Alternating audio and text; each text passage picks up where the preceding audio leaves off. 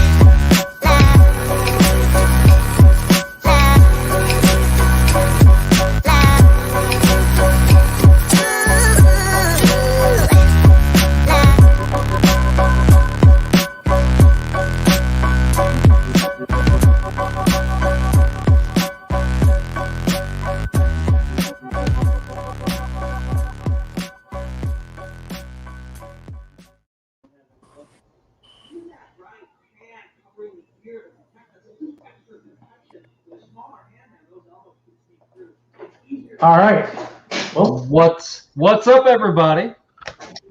We are live and watching a bare knuckle event with gloves on. With gloves on. I'm not quite I'm a little bit confused. The first fight, Dumas, he's got him like they're helping each other. This fight is nearly over, I think. Well, he's in deep. He doesn't have it sunk in. Why does he have his legs crossed? That's not a. That's he's trying to sink in. He's trying to sink in a rear naked, but it's not deep at all. So you should just let it go, abandon that. You should move on to another position. And you cross your legs like that, you can get your leg broke real quick. He should just knock. He should just be knocking him out, and that's what they're not doing. But yeah, this is like an MMA fight. They both have gloves on. They definitely have gloves on, and I'm really confused as to why that is. Because I thought this was bare knuckle. I thought this was bare knuckle MMA. This is just MMA. Yeah, I'm not impressed, but he's going to sleep. But what I do might think is maybe just the championship fight might be bare knuckle. Just the championship. I sure hope not. I'm going to be so disappointed if that's the case. They should have said that, off rip. That's not being 100%. I will say that, and I don't remember these two gentlemen that are fighting. I don't remember their names, but it is a one-sided fight at the moment. Yeah, and it should be over already. If this guy, Dumas, had real killer instinct, he would have ended this already. Yeah. I'm not an experienced MMA fighter. I never had a sanctioned fight. I had 23 sanctioned boxing matches. When you look up my amateur record, it says I had like 14. That's not true. And nobody's amateur record is ever accurate. But, no. This is like an amateur MMA round, what I just saw. Yeah, I would have ended that. I'm just saying, if I was on top of him, it's easy to sit there and say, I would have done this and I would have done that. But when you're an actual fighter, you can do that. And you can. I'm thinking that I'm on top of another man, pounding his head in. And I've been in that position with, high-level grapplers. Like, it's hard to tap somebody out. Like, bro, I was a black belt in jiu-jitsu. Well, that's very hard to do when I'm on top of you, mashing your head in. My punches are twice as hard. Exactly. So I would have ended that. I wouldn't have gone for a tap out when I'm on top of the guy, seemingly controlling the fight. I mean, I would have just ended it. A killer would have ended that. That's all. Absolutely. So, Zach, what's been going on, man? What have you been up to? Mainly just trying to just stay focused and keep training really hard. I signed with a new management. I'm going with Britton O'Bannon, which is Bobo's wife. So she messaged me about that the other day. Britton messaged me. So, hey, congratulations. I think that's a really good fit for you. Oh, it's beautiful. I think it's a great fit for them, and I'm happy for all you guys. And they're great people.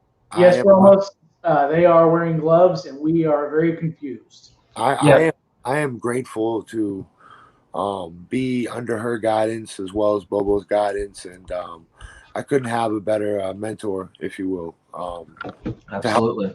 Both mentally and physically. Just the advice that Bobo's given me since our fight has been golden. You know, he's a great guy and a great influence. He is. Oh, head kick.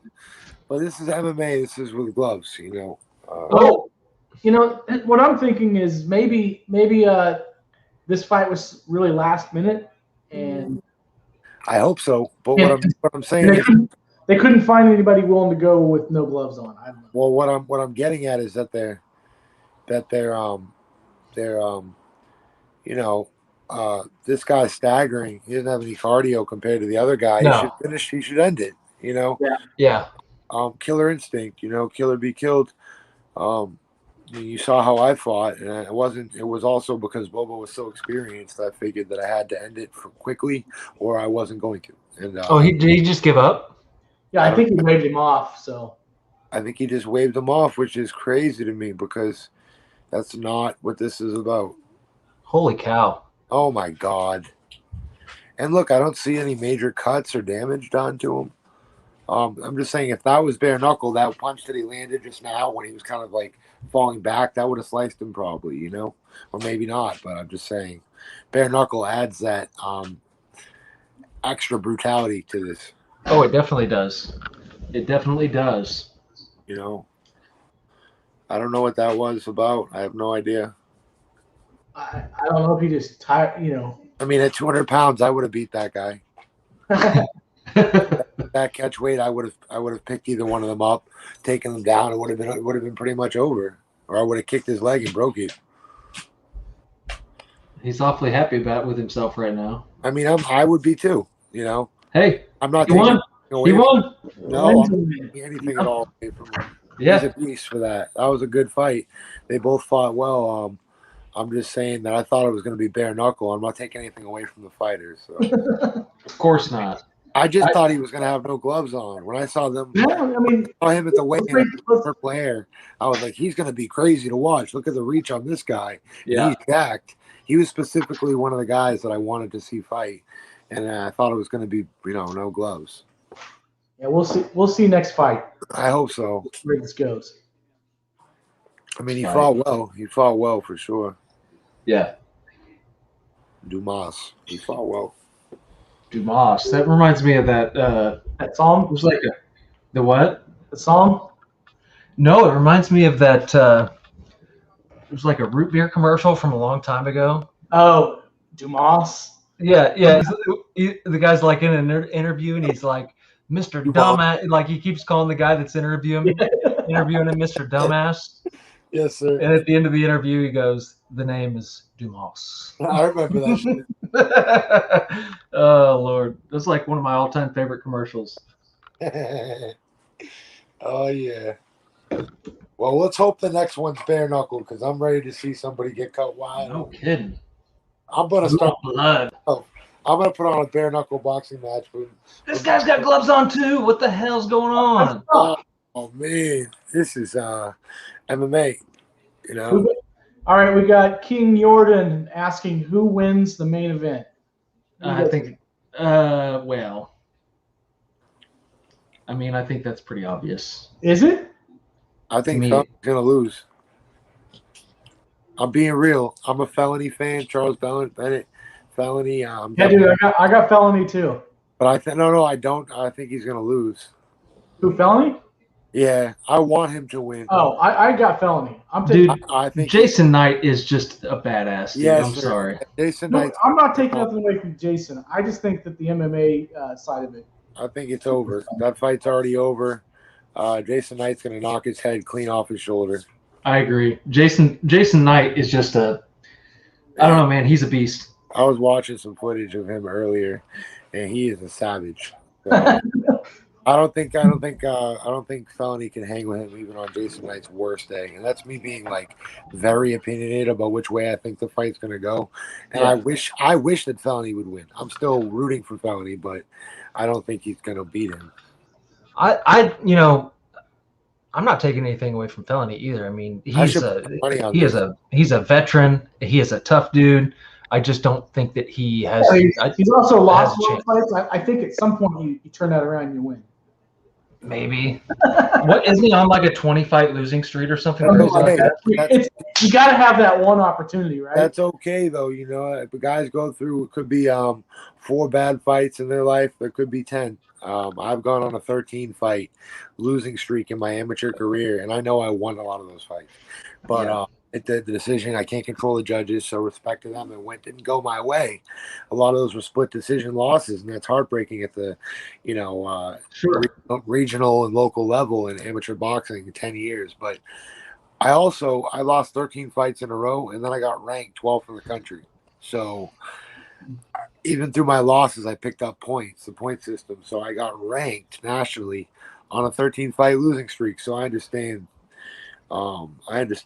I guess that just because somebody loses doesn't mean they're done in any way, shape. No, I'm not saying that, but I'm just. Yeah, he's definitely down right now. He is, but that doesn't mean he's not a tough dude, man. I mean, well, but no, he's a tough dude. But I think all that clowning around hurts him sometimes. Yeah, you got to know when to shut that off. Vince, we'll bring you in. I'll send you an email. Like, I'm a funny guy, but he needs to know when to shut that off. You know? Yeah.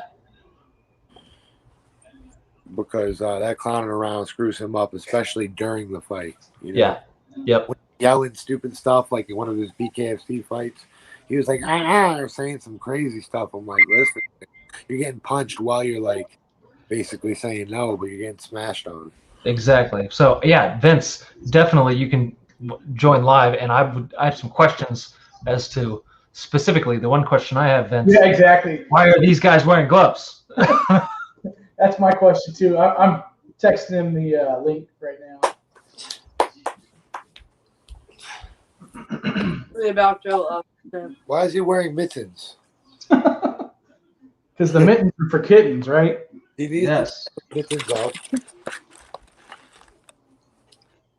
I'm just saying that in good fun, you know. But he should take the mittens off. Absolutely. You know, like, come on, man. Those are 4 ounces. You know, they're like protecting the face from getting cut. A lot of it. Exactly. Oh, here goes a low-level MMA fight. Come on, boy. Let's go. Oh, the main event will be bare knuckle. It has to be. But one of these low-level guys could be the next big thing. You never know. What I'm saying is, yeah. I mean, it'll start as being the first pay-per-view for MMA bare knuckle. It'll start with just the main event being bare knuckle, and then it'll transition into being, probably like 4 or 5 fights bare knuckle, and then eventually half the card, and then, you know. If anybody's gonna know, Vince might know what's going on. Yeah. But I'm just like, I was looking forward to this one. These guys. This guy in the blue trunks, I was watching him earlier. He can fucking fight. He looked like he landed a good one on him. So, yeah, it was hard to find any footage. I couldn't find much, but he's got. I found some footage. He's got some crazy power in his hands. Oh! Ooh! I like that. Okay. He's getting inside the range. He's really getting inside the range. And the other guy's legs are, they're not moving the very, he's not bending his legs that much. He's standing very straight up. He is. Oh, like that, the chin, knockout. What'd I say? He's standing very straight up. Leaving his chin wide. Oh, he's out. Yeah. I told you. I was watching this guy hits like a brick shit. I mean, I knew that was coming. When I was young, I used to go to the Greyhound Park. Oh, my God. I love that. What sportsmanship. That was awesome. When he celebrated, that was awesome. Oh, God. Yeah, that's crazy. Yeah, that was cool. But that was a cool fight. But I always pick the winners. I can always pick winners. Yeah, pretty much in anything. All right. So we need to get you on here for predictions then, right? Yeah, no kidding. So do you have any predictions for the Miami card, the BKFC 18?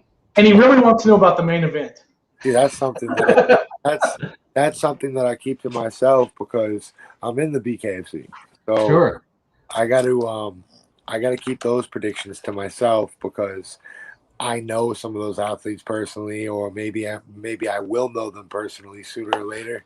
So I just keep all those predictions to myself. But I definitely have my predictions, and I've written them down in my journal right here. I have a journal like a 5-year-old. I love it. This is my predictions and my fight information. Private, you know what I'm saying? So you're not gonna. Oh, wait a minute. What's going on in the ring now? There's some smack talking going on. Well, I use that stuff. Sometimes I'll play, I'll play the bets. I just keep all those. Sorry about that. Yeah, he knocked him out, man, bad. What's he talking shit for? I don't know. Oh, he got knocked out cold, though. He did. Oh, no, he's joking. Seemed like they're having fun. No, maybe. I don't think the guy that got knocked out is joking at all. Oh. He's mad. Yeah, he did get knocked. Oh, probably from the punch in the back of the head when he went down. Maybe he's complaining about.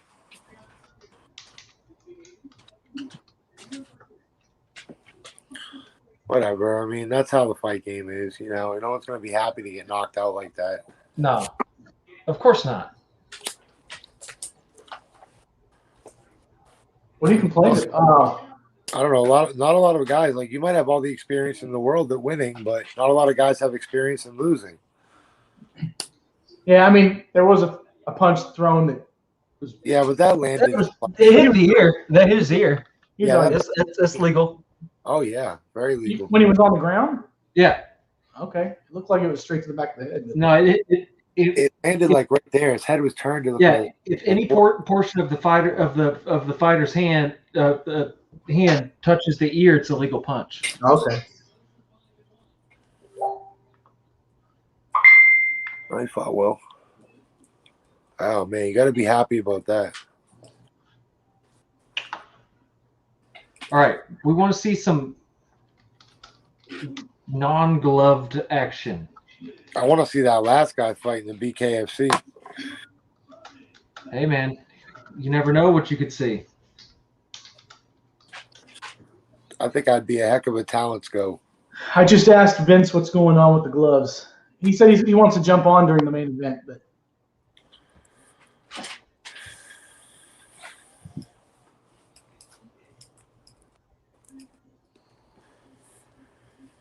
the only way I'd ever do this is if it was bare knuckle. has he got gloves on too? Oh, no gloves. No gloves. Here we go. Okay, those were just the prelims. Here we go. We've seen this guy before. Oh yeah, we know this guy. Howie got his shirt, Matt. Oh, this What's guy. that? Howie. Howie got the shirt. Oh, you got it. Awesome. Good deal.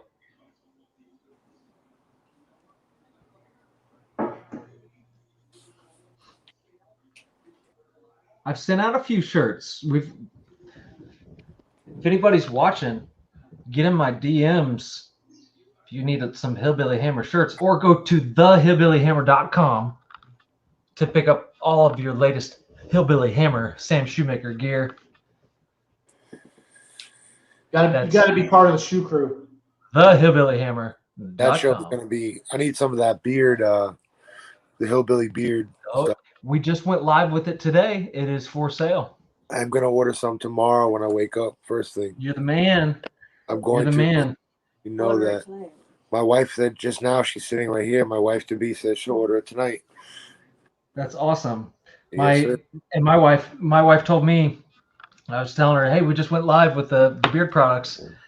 She said, well, now I know what to get you for Father's Day. So, ladies, if you're out there watching us live, your man, if he has facial hair, he's going to need some Hillbilly Hammer beard products. Check out Sam Shoemaker's fan page on Facebook. We just posted a link on there a little bit ago, and you can find it from Tough Hombres Beards. Ooh, Tough Hombres. I like that. Yep, that's the company that we're working with on it. And one of the cool things about it is the owner of the company is a guy named Mr. Poncho. Mr. Poncho is a super interesting cat. He is the great nephew of Gentleman Jim Corbett, who was the only man to ever defeat John L. Sullivan Wow. in the ring. That's crazy lineage. It is. Yeah.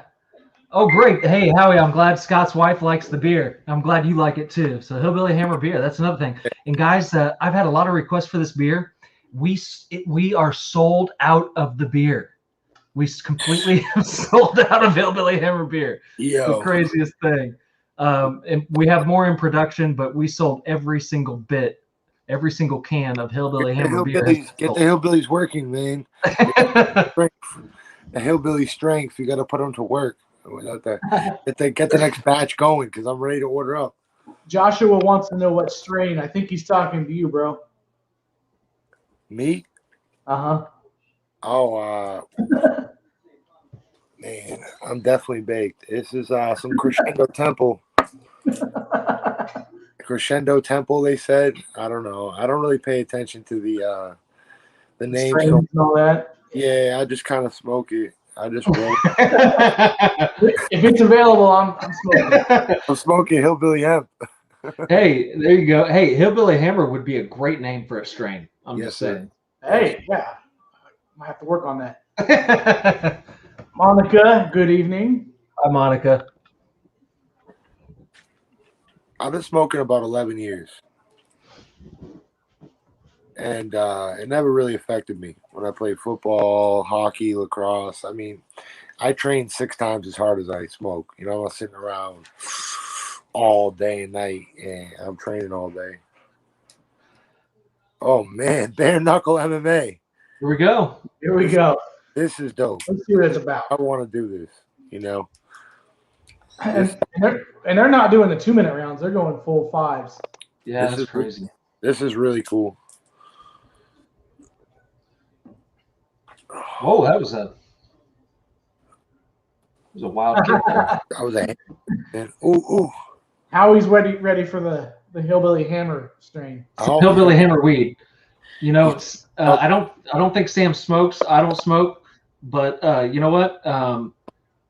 If somebody makes a Hillbilly Hammer strain, I might have to venture out of my comfort zone and try some. Maybe we can work on a CBD of Hillbilly. There you go.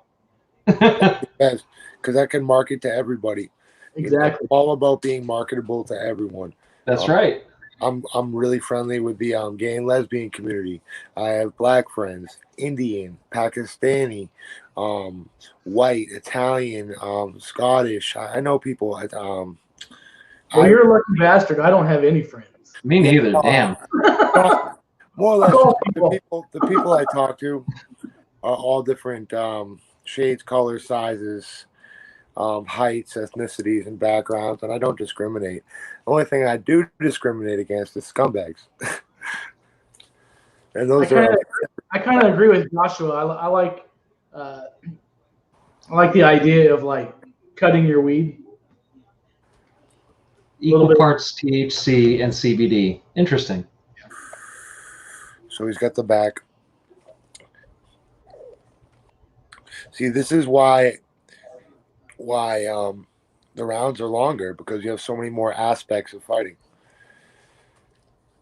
Yep. Well, and like we had Ken Shamrock on the podcast recently, and he was saying that before gloves, it was easier for as far as grappling to, like, he specifically used the example of getting an ankle lock. He said you're going to get it, 9 out of 10 times on an ankle lock when you go for it without gloves. But once you got the gloves, even, it was much more difficult because of the size of the gloves. Well, and this is what I think is going to be interesting when those little shots, those little short shots, like he's got his back against the cage, but he's throwing those little short shots. Those can have an effect. That can cut you open.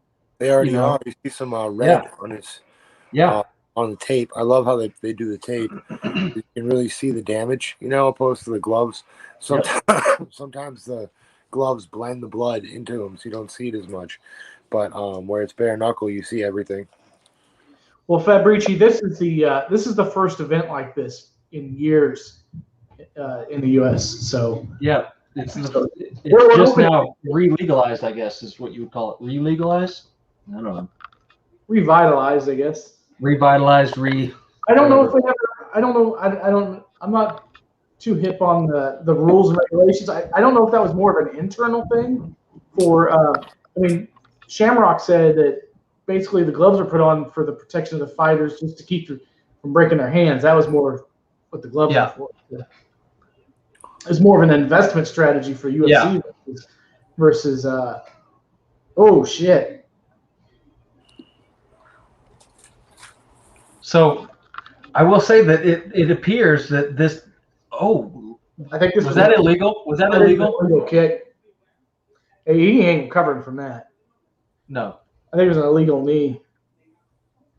Knee, was it a knee to a downed opponent? I Yeah. think so. Oh man. Yo, this is see the damage that you take from MMA can be so much different than punching. You can get kneed in the face, kicked in the face, you can get hurt in so many different ways, you know? Yeah. I agree, Monica. I don't think this Who is that in the background? Is that Chase Sherman? It looks like Chase Sherman. I don't know. Maybe not. No, that's not. It's almost as though, like, yeah, it's bare knuckle, but the last thing you have to worry about is the knuckles, because you have the art of 8 limbs. You have to worry about the knees and the elbows and the kicks, you know? So what does he have? And I have no volume. I'm not allowed to have my volume on. I've been banned from volume. So I just have the visual. Are they giving him 5 minutes or what? I'm not sure. I can't hear either. Anybody in the audience know? Are they giving him 5 minutes? If you mute yourself, you can turn your volume up Well, by God. for a minute. Thank you. All right, I'm muting. Am I muted? I'll mute you real quick. You're muted. But yeah, Monica, I don't think they marketed this well enough either. Give me a thumbs up when you want unmuted. I mean, this is the first fight. It'll grow. It's going to get. I can hear it. I can hear it, Matthew. This is a hell of a fight. Look at You gotta both turn your sides. volume down. It's a hell of a fight. Oh my God. Oh. Is your volume down, Matthew? Oh, look at that knee right to the face. Oh my God. I think that was the problem. Yeah, that was illegal. You can't knee a downed opponent. You know. I think you can in one, right? Wow. You know, that should be you know, it's sad to say, but that should be a DQ, you know, in my book. I kind of thought it would be automatically, but I mean, how do you need I that? think well, if the other guy can't recover, that is. yeah, I think it's you give them that amount of time to recover and then they disqualify it. You got to know that. You got to know the rules at this level. You know. Yeah. You got to know the rules. That's all. Like, I know the rules of fighting, but when I was given the rule book, I read every single word. You know, I don't know what kind of fight experience this guy has though, but I mean, either way though, every fight is different. Every promotion being different. Like, I just pay attention to the little details. Seems like he didn't read the rules. You know. yeah, that's what I'm saying. And you know, if your fight experience is limited, then you following the rules is limited too. Yeah, absolutely. Absolutely. You know, when I see guys like before a fight, if I see them like hopping around, wasting all their energy for like maybe like an hour even before, you know that they haven't had that experience, the butterflies are going. Yeah. I was surprised when a fighter in the locker room, I'm not going to say any names, asked me, what do I do about the butterflies? I said, bro, I don't get butterflies anymore, not at this level. We're talking about when I was in amateur boxing, when I was 21 or 22, I would get butterflies, but those have long departed the soul. You know, I don't get nervous like that or I wouldn't be fighting at this level. Absolutely. It's all excitement when I'm walking out. And Monica's saying that if they make an allowance this time, it's a bad precedence for the rest of the bouts. Yeah, I agree with Monica. But these are all. I mean, this one's brand new. I mean, we even see it still in BKFC. You know, at the last event or the event before that, where guys on the ropes and getting. You remember that fight with was it Reggie? Say that again. What was the question? Sorry, I was distracted. Just setting a bad precedence. And I'm not saying, oh wow, they got him up. Oh my He's God! up. Look at the heart on this warrior. All right, respect for Bobby. Yeah. Go Bobby. Now I want Bobby to win. Bobby's tuckered, man. Bobby is tuckered. Bobby just took a mean knee to the face. Yeah. Yeah. Being as tired as he was, I mean, he was on his knees, and he. I'm- Oh. I know one championship. Being grounded doesn't really mean shit. No. I think you can soccer kick people in one champion. That's Yeah, wild. I remember that. Pride too in the beginning. Yeah. Pride was dope. I remember Pride, Felony Bennett. That's when I started watching Felony Bennett when I was like a really little kid. Everybody's got that crazy uncle that's got like Pride on. Yeah.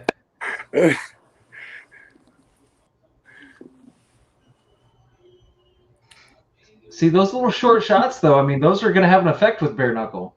Absolutely. I think that's such a valid point that those little punches, they hurt so bad.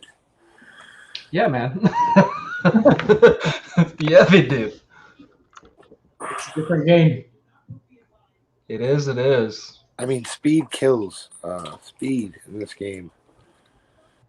It's about being fast, not necessarily about just throwing everything hard. And I feel as though in bare knuckle, the straight punches hurt more than the hooks. Especially when you have the wrap on your hand. I feel like I can't turn my wrist over to the position where it needs to be to throw the perfect hook with the wrap on. So I'm real excited to get to the point where we don't have to wear wraps at all. I was going to ask: is that a sanctioning thing, or is that just a BKFC thing? Well, I believe they made it legal in Florida to not wear wraps now, but I'm not going word for word because I'm not sure the exact ramifications. But I think they are working on making it wrapless because I don't want to wear anything. I think that it should be just like this. This is how I train. I don't put gloves on to train. I do 5 2-minute rounds at least on a 300-pound bag every morning at the YMCA. Naked BKFC. That would be different. I think that's what you just say. He said he doesn't like to wear anything. Naked BKF. So we're going back to like the Greek Olympics. Yes, as long as it's not dark. Now, see, naked bare knuckle MMA would be That'd be a dope. whole nother level. That's what it should be. No wraps. I think We went beyond the wraps. we won't be on the wraps. I think they should let us use. Just I'm pure thinking naked. that'd be okay in the women's division, but I think we should use swords too.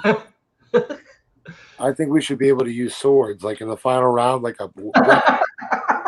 Well, in naked MMA, naked bare knuckle MMA, you could almost play swords. That's pretty crazy.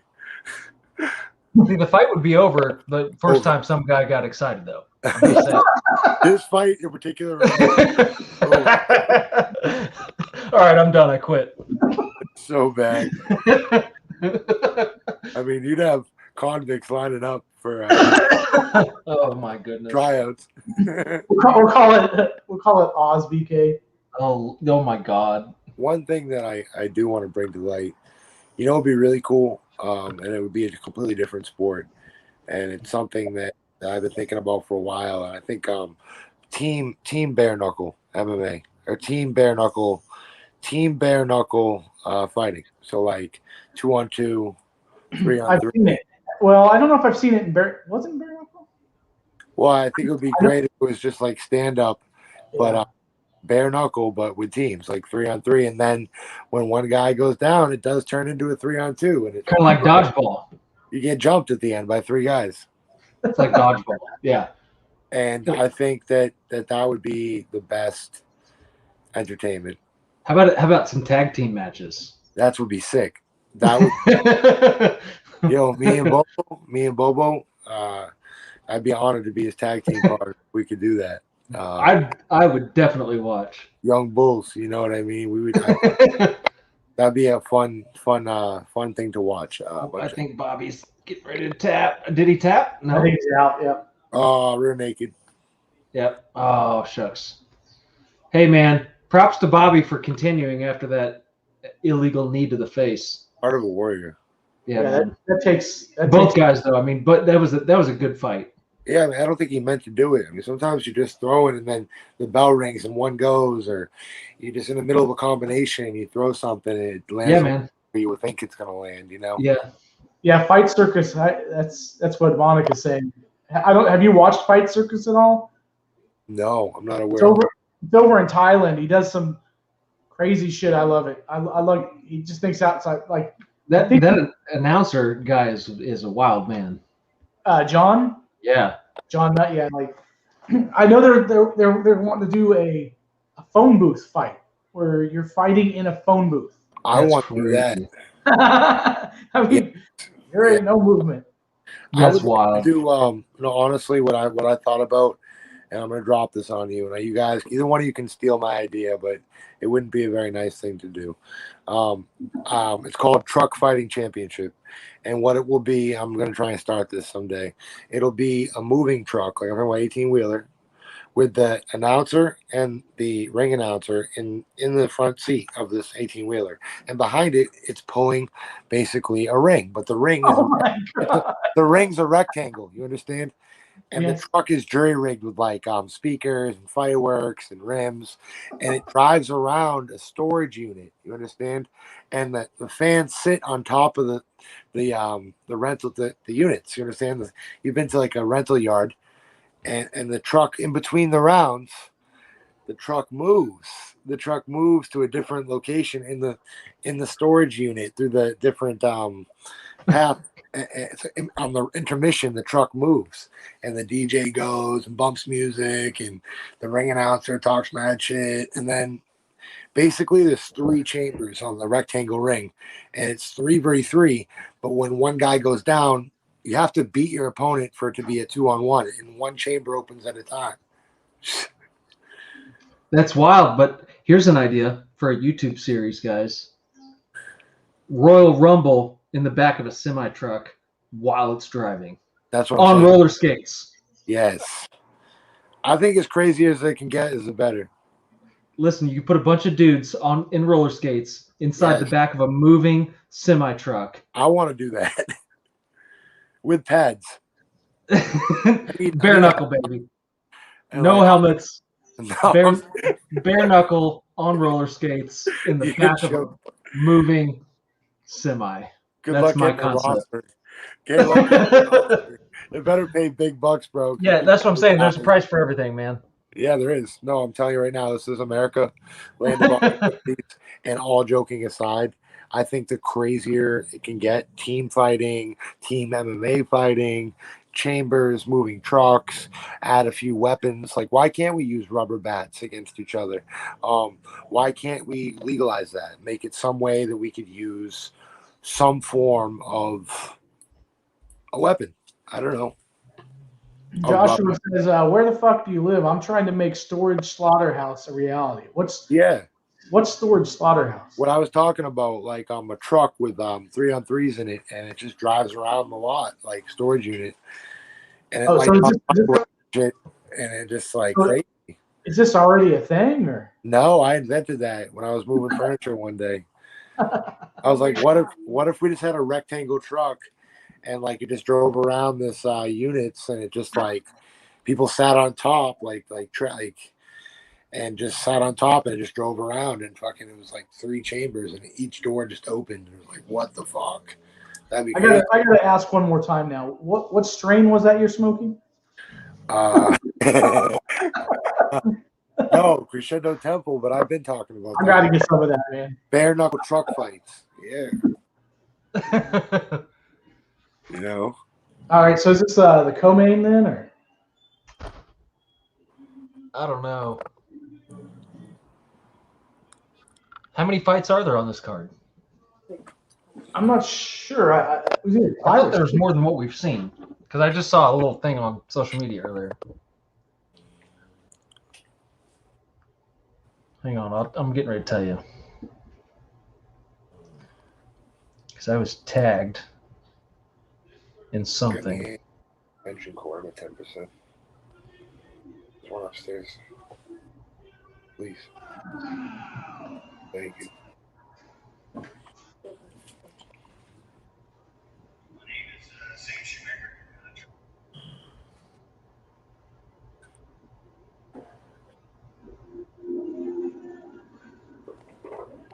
Oh, there we go. Well, okay, so we saw. All right, so we saw Bobby was the Kumar last. Camp. We saw. There's only one of these fights that I have even remember seeing, unless maybe this isn't the full card. There's supposed to be a women's fight on here. That's true. And then you got the co-main is Brock Weaver versus Wright, and then you got Knight versus Bennett. Because we still have yet to see Boss Hog Johnson. Did you lose feed? Me? Yes, I did. Yeah, what happened? I didn't even know because I wasn't looking at it because I don't have any sound. Did they rob us? What happened here? It can't be over. No, it's not over. I mean, it's not a pay-per-view, so we're not losing. You know, those weren't the. Okay, here we go. Is it back? It's back. I think. Oh, there. Looks like they're sliding in a Oh, yeah, okay. commercial. Yes, I'm still watching. Oh, yeah. I'm so excited about Miami. That's going to be awesome. Woo! I'm excited too, dude. Next heavyweight champ right here. I'm just telling you. I'm packing up the Gladiator full of equipment, going down there and doing some recording. Man, he's such a warrior. Sam Shoemaker is just such a beast. He is, dude. And I'm telling you right now, that man is in incredible shape, and he's ready. It is his time. It's his time to be the champion. It's all about him just fighting a smart fight at this point. Alan, it's on the BKFC app. You can get that on anything. It's like $6 a month. Because he's $4 a month. BKFC TV. Yeah. But I think you need a promo code to get it. I don't know what the promo. Joey too. Joey Beltran is Joey's tough, man. I mean, more than tough. You know, he's the champ. He is. So, for now. I'm real excited. No disrespect to Joey. No, I just feel like he's gonna lose. I have my opinion on that fight. I'm keeping it right here. I know I'd probably drive people crazy with that because you have no idea if I agree with you or not. At the end of the day, listen, whether you agree with me or not will not affect my opinion. No. I'll tell you my opinion afterwards. All right, fair. I'll hold you to that. Are you going to be in Miami? No, I wish. I am going to a boxing match up in New Hampshire, and a kid, Scott Lampert, that tried out down in New York, a guy that is a local fighter here, a great boxer. He's going to be fighting, so we're going to go live from his fight, shout him out and everything. And my two sparring partners are fighting for belts. One's fighting for a New England belt. Great. Steve Vukosa, he's a WBC heavyweight green belt champion. And I'll be sparring with him and Justin Rolfe tomorrow, and they're both going for heavyweight boxing titles. So I'm excited, to That's give awesome. some local support, just support some local athletes and just go as a complete fan. You know what I mean? Yep. Charlie Decker didn't fight, did he? I think he did fight already. Yeah, I don't remember that name. But I really wish I was going to Miami. I'm not gonna lie to you. Oh, dude, I'm flying out on Tuesday morning. Jealous financially, it just I couldn't see it. I had dog bills. I have 2 pit bulls and they're old, and I got an old car, and just like financially, I'm not broke. Trust me, I'm not scraping for food or anything. But Yeah. I'm not struggling by any means. But that's because I'm not going into Miami and stuff. Hey, I hear Zach, that. Zach's got a fan out here. Darwin Bonilla says Zach is a fucking gangster. Much love and respect, brother. Thanks, I appreciate that. I always say I'm a gangster because a gangster to me is an original guy. People say Zach's a man's man. I'm like, I get what they're saying. I say, oh, you're really gonna like this guy. That's what people say about me because I don't let people down. I hear that, man. I hear that. So first time I saw you, Zach, I don't know if I shared this with you. It was in the airport in Birmingham. Oh yeah, he told me about that. I landed at the exact same time, and we're at baggage. I saw you at baggage claim, and I didn't know anything about you, but I just knew you had like crazy eyes. You know what I mean? Like you were very intense. You were pumped. You were ready. Like I'm like, you know what? I don't know who that guy is, but I know he's fighting on this card. Yeah. I know he's got to be a fighter. I, I knew just by your intensity. I was just like from the minute I depart my home, and I get in the car, picked up to go to airports to fight. I'm in that mode right there. I am leaving for war. Right there, that's when Zach leaves me, and all my problems at home are gone. Everything's gone, and the only thing is war. I can trace my lineage back to the old Spartans. I'm only a 3rd-generation Greek, so my people are warriors, and I'm not shy to say that it just runs in my blood. Man.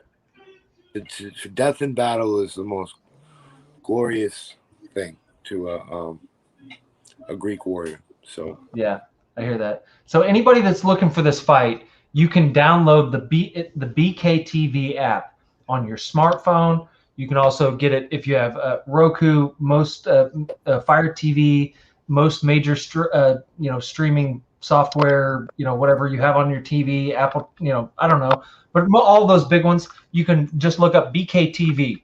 That's what you're looking for. It's you can subscribe for $3.99 a month, and you get all the fights, not just this one. And so it helps $3.99, guys. So what's that? This isn't the UFC app. The money's not all going to Dana White's hand. It's helping pay these fighters' salaries. Exactly. So go and subscribe. Go check it out. You get all the fights, all the BKFC fights. You get all of whatever this is. If they're going to continue to do this and stream it on here, So it's definitely worth $4 a month if you to get all those fights and all that social media, entertainment for days. Social media, all of that media. I mean, it's the most entertaining app. It's the only reason I have a data phone is to go on the BKFC application. It's the only application I even use on my phone. It has a calculator sometimes. BKTV, man. If you don't have it, you guys are right. You got to download it. It's worth it. Oh, it definitely is. I mean, I'll sit there and I'll go days where I just watch one fight after another. You know what I mean? And I study this stuff. I love it so much. It's so much fun to watch. Where's my little book? That's my book. I got that book. That's all just notes. It's crazy. Like, I'm like obsessed with the fight game. These are just notes. And I have them like organized into like local nodes and like long like national nodes and like I just crazy techniques for sparring. Notes that I take on my sparring partners so that I can remember that they do this and they do that. Yeah. I even keep old memories on me all the time. Like this is me and Josh Dwyer down in after we fought, and he had a war with Lorenzo Hunt. Oh yeah. And, Yeah, Monica said you get toe the line as well. And there's Yes, that's correct. Yeah. Chris Sorrow, my older brother, I call him. You know, Chris is a dear friend to me, and he lives up in Maine. And I'll be going up there to train with him soon. And there's Brandon Lambert, and he's got handsome hair.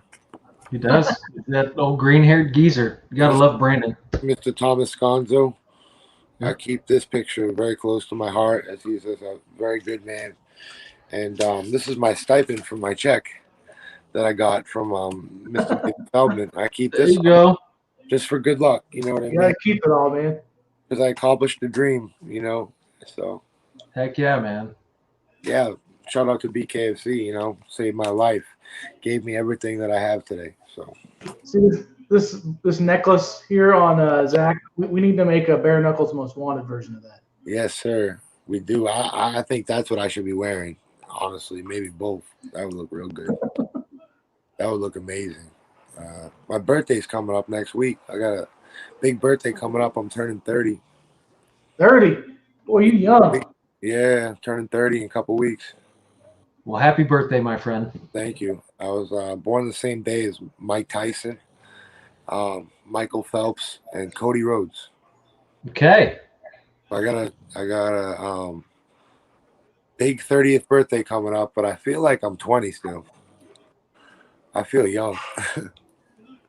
See, I feel like I am old for my age. That's what I feel like. I understand. I haven't hit the aging process yet. Like my body hasn't started like changing yet. From like I don't have like aches and pains or ever. I just wake up and go. I'm still young. Man, I since about my mid, I really started having serious problems in my mid-20s. But I've had a couple of spinal fusion neck surgeries. Oh my God, the worst. Yeah, and so that put my my days and my dreams of continuing to compete and doing what you do. Oh, God willing that you're still able to walk around and have your health. I mean, Yeah, man. We're talking about life-changing, life-altering surgeries. You know what I mean? That's serious stuff. When you hear spinal infusion in the same sentence, that's all I need to hear. So, you know, God bless you, man. Thank you. I appreciate it. But you know what? Hey, I still get to be a part of this sport. Sure. I still get to be a fan, and that's what gets. I can't throw. You know, I can't compete, but that's the blood. That's the blood of the sport, man. That's the living and breathing lung and heartbeat of the sport is the fans. The only reason I'm fighting at all is to inspire people. That's the only reason. I'm not fighting for money. I'm not fighting for a better life. I have a good life. So that's the difference. I have like $15,000 saved up to invest in my career. So it's kind of like, it's just a whole different, it comes from a different place for me. I just wanted to be great for the people. Well, you know what, man? Just keep doing what you're doing. Yes, sir. Nothing so. Everybody's happy with what they've seen so far. So Howie says Scott and Burt just got to Florida. So what's Howie? What is Scott doing down there so early? Have you seen his suit? Picking up that sweet new Prince style suit. I knew this dude was gonna win. Oh my God! Oh my God! What a killer! I mean, yeah, he was an Olympic champion. You know he looks. He's not like a serious Olympic champion. You know who he looks like in the face, though. Yeah, he looks like he has very similar facial features to Izatullah Kakar. Absolutely. Absolutely. Who is another person that really impressed me in Birmingham, man. I mean, to get hit with those type of shots. I thought he was going down, you know? He didn't. Sorrow put some mean shots on him, dude. I know how Chris fights. He throws everything into every punch. Yeah. Chris fights like he's trying to kill you.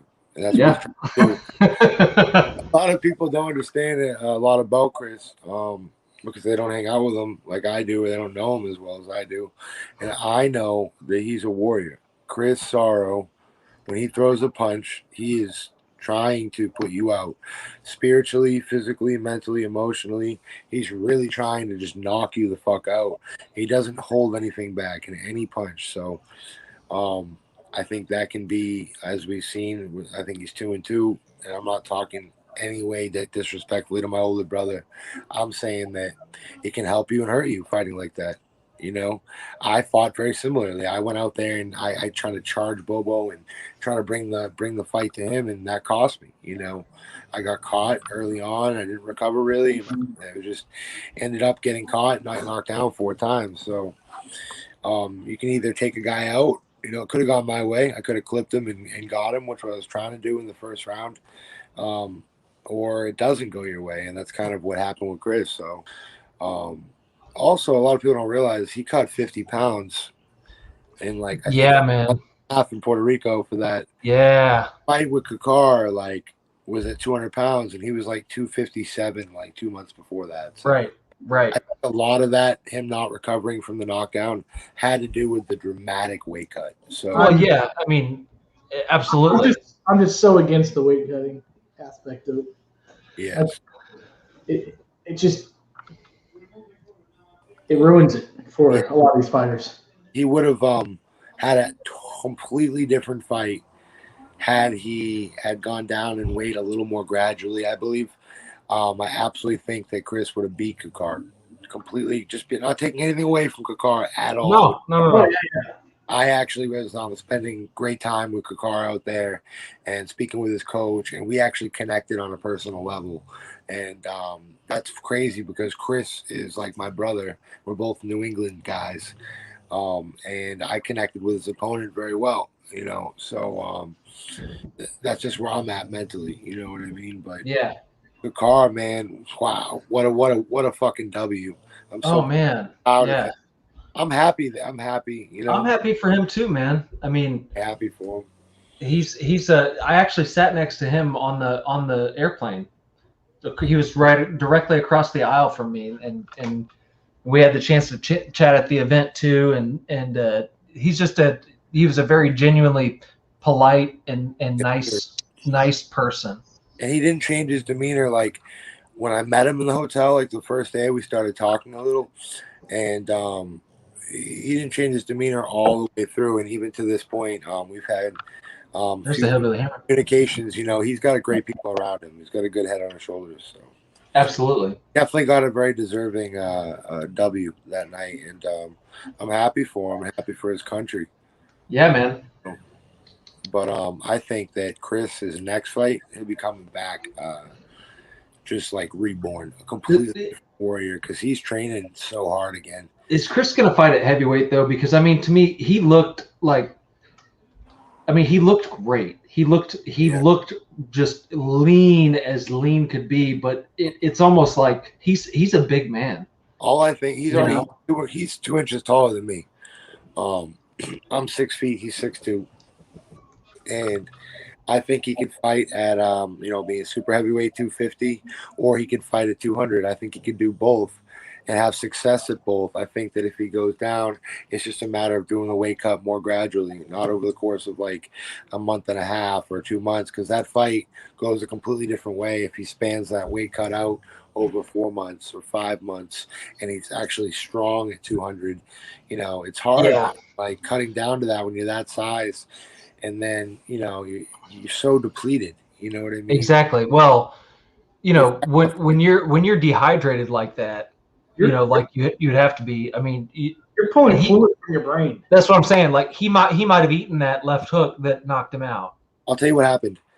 Absolutely, because in 2016, I cut weight. I lost 20 pounds. This is a woman's fight, drastically, and I fought in the Golden Gloves at 216 pounds. 200 pounds in 2016, and I got knocked out by a guy that I totally desecrated with sparring gloves on like 6 months later. So I got I got knocked out. Kids were making fun of me. You're the fish. You're the fish. And I go by Shark Attack, and like I had to go back, and I came back at 240 the next year, and I beat a kid with 85 fights for the 2017 Golden Gloves in Lowell, and I won. But my point is that I lost in 2016 because of a dramatic weight cut. I won the first 2 rounds of the gloves. I was beating the crap out of the kid. And the third round, all he did was clip me with something that usually I could recover from. I sprained my ankle. I fell out bad, like hit my head, like I got knocked out. And that was it, and it was because of the dramatic weight cut. So I think that really hurts fighters when you cut that weight. That's Yeah, I agree. So, hey, Pablo, what are you talking about with the AIDS thing? I don't understand the AIDS comment. Full-blown AIDS, says Pablo. It's because Mendez. the main event. He said, you got full-blown AIDS now. That's what Felony said to him. Oh, did he? I didn't hear that. Oh, my God. Like, I peed my pants laughing. He's like, yo, you probably got full-blown AIDS now, but we good. Or some shit like that. He's a wild man. He said some crazy shit in Alabama. He was there, and I was like, yo, Felony, what's up? I've been a fan of you my whole life. He's like, I bet you have. Something rude. Yeah. And everyone's like, yeah, you did good. He's like, no, I don't think you did good, basically. Like, he did not think I did well in my fight. And I agree with him. That's the craziest thing. Dude, you know what? Nobody can take anything from you because I did a good job getting up, but I think I could have fought better. That's all. Maybe. I mean, but I think that there's something to be said for just having the heart that you had to continue to come forward. Yeah, so, it was my debut, next time I'll make the adjustments, and I'm going to be working with boxer tricks and making the adjustments that I need to make for bare knuckle, because my hands are already hard as shit.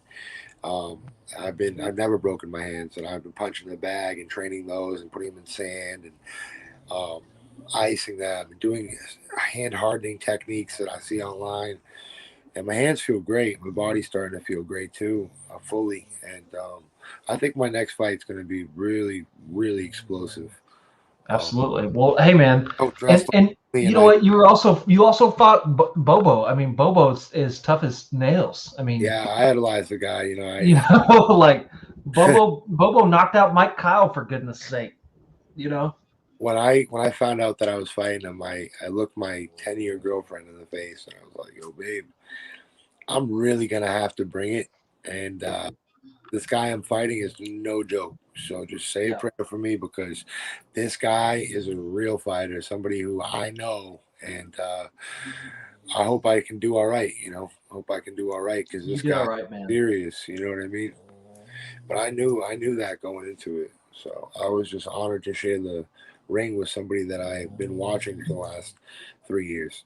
Well, and you know what, you're a young guy too, so you got a lot of time left. Yeah, I'll be 30.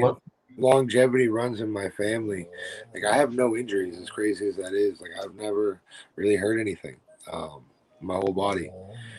So I think I got like 20 years left. You gonna fight till you're 50? Yes, sir. Absolutely. Maybe longer.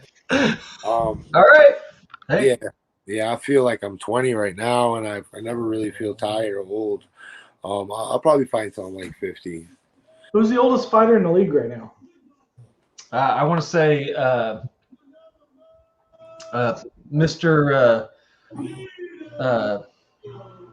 Tomlinson. Mr. Tomlinson, yeah, Zion's dad. What's his? I'm sorry, and if you're listening, and I don't remember your first name, don't beat me up. But what's Zion's dad's name? He's a tough dude, though, man. I've been impressed with, but he's in his upper 40s. Like Kane, that's right, Kane Tomlinson. Kane. That's right. I mean, Kane is a tough dude. I think he's in his upper 40s. Charles Felony Bennett, the main event tonight, is 44. So, okay. That's amazing. My sparring partner is going for the New England title against Fly Mike Marshall. That's going to happen on the 26th. Fly Mike Marshall from Connecticut versus Steve Rucosa. That's going to be a crazy, crazy fight. Two heavyweight beasts going for the New England heavyweight title in boxing. So I'll be there watching that. But Steve is 43. He's got 3 kids, married. So you can do this into your older age. Just got to do it right. Yeah. And he's got no plans of retirement or anything like that. So I know guys who are well into their 40s who just not really even thinking about that yet.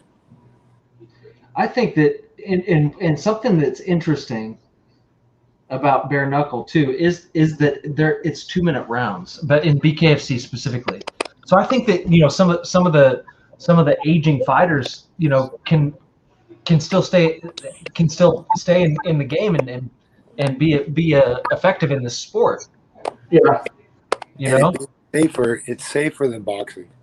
The numbers don't lie. It is safer than boxing. I walk out of sparring on Grealish on a Saturday morning with a headgear on and 16-ounce gloves, and my head is more sore than it was after fighting with no gloves because I can imagine, the cuts are more and stuff, but you can actually punch harder with a glove on because it's like a spring.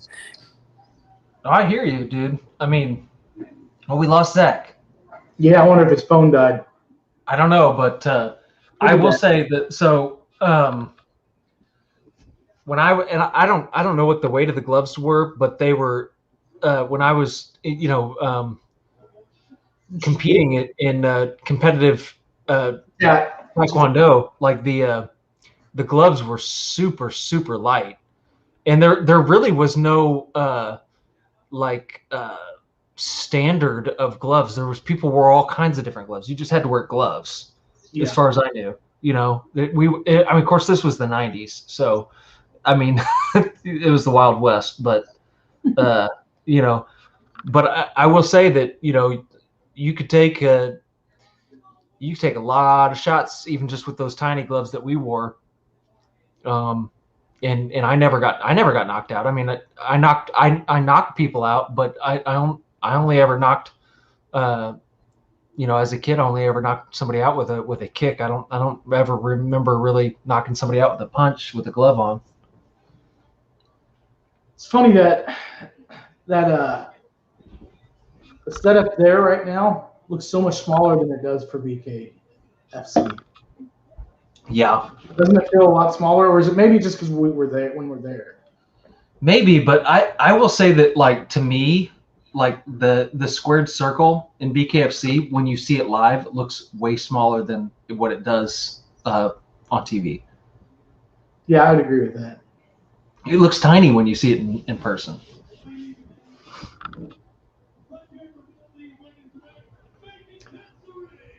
I'd like to see Misfit do this. I think she'd dominate. Probably. I mean, she's kind of crazy, ridiculously badass. Zach versus Tony Lopez, Howie. I like that idea. I think that's a great fight.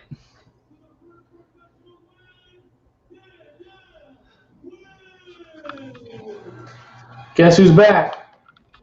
Back again. But the extension cord went faulty. Welcome back. Well, that last fight was crazy. That was. So we got a suggestion for Zach versus Tony Lopez. What do you think about that, Zach? Tony Lopez. Who's Tony Lopez? Go back and watch BKFC 1. That's who Beltron fought in BKFC 1 in their epic battle. One of the bloodiest fights I've ever seen. Oh yeah, he could take a shot. That guy's tough. Yeah, man. I think that would be a great fight.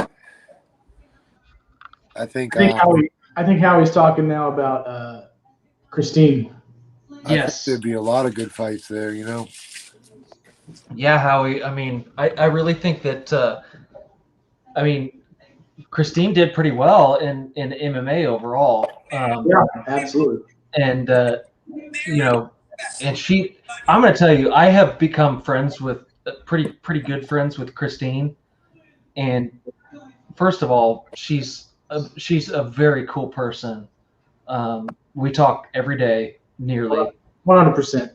And she's a very cool person, and she trains harder than anybody I have ever freaking seen. Like, she lives it, man. Like, she lives it. She trains 3 times a day most of the time. And that's not even like when she's in like training, like preparing for a fight. She just does that because she's a badass. Like, she just loves it. I'm telling you, that girl, you know, there's a reason nobody wants to fight her. She's prepared. There's a reason nobody wants to fight Christine. I'm just ready to see her fight again. Anybody, somebody. I am too. How long has it been? Too damn long. Was September her last fight? Yeah. Wow.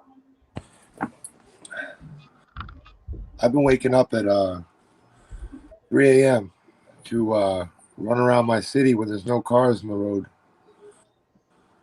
When there's nobody on the road, I'm on the road.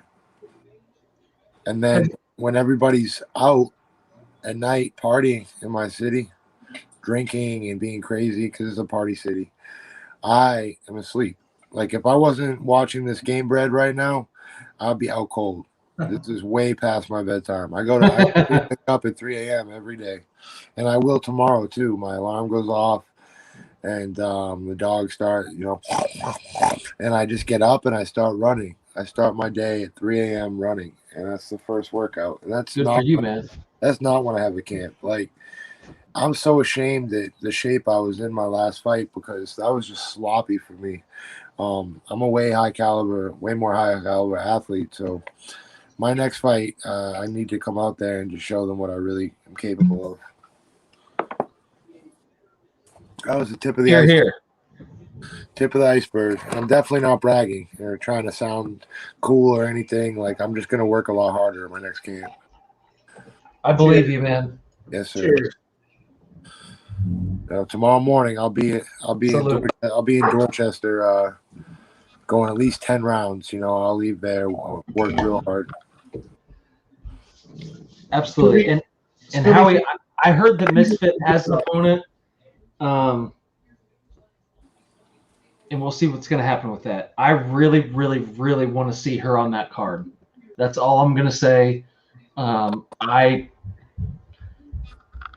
just hope that things work out the way we want them to for her, because you know what, she deserves a fight, and you know what, more importantly, we as fans deserve to see the number one 125-pound woman, female bare knuckle fighter back in the squared circle. We deserve it. You know what, we've waited way too long to see her fight. I think more than anything, we deserve to see somebody wearing a fucking belt in the women's division. My God, I know. Why did she not have a title fight? Like, whether it's her or somebody, somebody needs to have an opportunity for that belt. Well, it has to be her. She's ranked number 1. I agree, it has to be her, but it's. But you want to know why? Because there's, in my opinion, there's nobody right now that can even come close to challenging her. Doesn't that kind of make her the champion? I think so. Right? I mean, and you know what? People will disagree with me, and I'm not disrespecting any of the other females. You know what? I love all of those girls. They're all warriors. But I mean, and I'm not saying that, the only fight that makes sense, in my opinion, is to run back Christine and Britain. Christine and Britain Hart. I mean, that's the only person right now that has the experience in the sport. Either that, or if Beck Rawlings makes a comeback into BKFC, I'd love to see that too. Yeah, you're right, Howie. She's not an Instagram model with 1.5 million followers, and it's in my opinion, it's a damn shame, because you know what? If I want to look at silicone, I'll go to the strip club. You know what? And I want to see violence. Okay, yeah. I don't care. I want to see a fight. That's what we want to see. What I look at is so you have all these beauties trying to take the crown away from her. So yeah, exactly. Crown her, and then bring listen, and which one of the beauties is going to take it from her? And right, and I, you know what, I feel a little bit guilty about that silicone comment that I made. That was disrespectful, and I apologize. A lot of the guys in the divisions are pretty boys too. You know, but and I admit, I mean, you better absolutely. You better start naming names, Zach. No, I mean no disrespect to any fighter. Yeah, though I know a couple at all. I just want to make that very, very clear. But I like those guys though. My point is that I think it's a shame. And Britain has earned her way, Monica. I'm not taking anything away from Britain, but Britain lost. I mean, I don't even think she landed a punch against Christine in their fight. I don't think she landed a single punch. But on the other hand, Hart is a much more well-rounded fighter now than she was. Oh, I agree with that, and that's what I'm saying. Like, that's the only fight that makes sense other than Beck. That's the fight I want to see. Yeah, I want to see Hart, and I want to see Hart fight next with her. Hart and Christine Faria. Yeah, not Beck Rawlings. I want to see Hart and Christine. What is it, Pereira, right? Faria, yeah. Pereira. And I totally agree. But I still don't think that, you know, I think that Britain Hart has gotten a lot better, and she's improved a lot. But I just really don't feel like she stands a chance against Christine, because Christine's also improved. And so that's the thing. I think the thing is saying is that it can't be Christine's fault though that no one can stand with her. You know what I mean? Like, it's not exactly. To have that title. That's why I said that to me makes her a champ. So just make her the champ, and everybody needs to compete to get there. Yes, I agree. And Monica, you know what? I'm not totally disagreeing with you. She's not the same fighter, but you know what? Let's make a case for it. Let's make a case for that fight then. You know, if Britain can do it, then let's see it. We just want to see Christine. Like, it's not her fault that she's just way better than most of the other fighters. That's not fair that she doesn't get to fight because you're too damn good, you know. And also you're not an Instagram model. I don't think that's fair. Not at all. You know, I don't.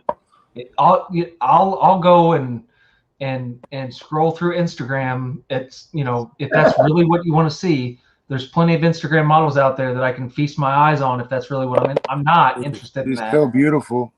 Right, but woman, I watch fights because I like to see violence and blood. You know, like I'm a married man, but I think she's hot. You know what I mean? That's just me. Who's hot? All of them. All of them? Okay.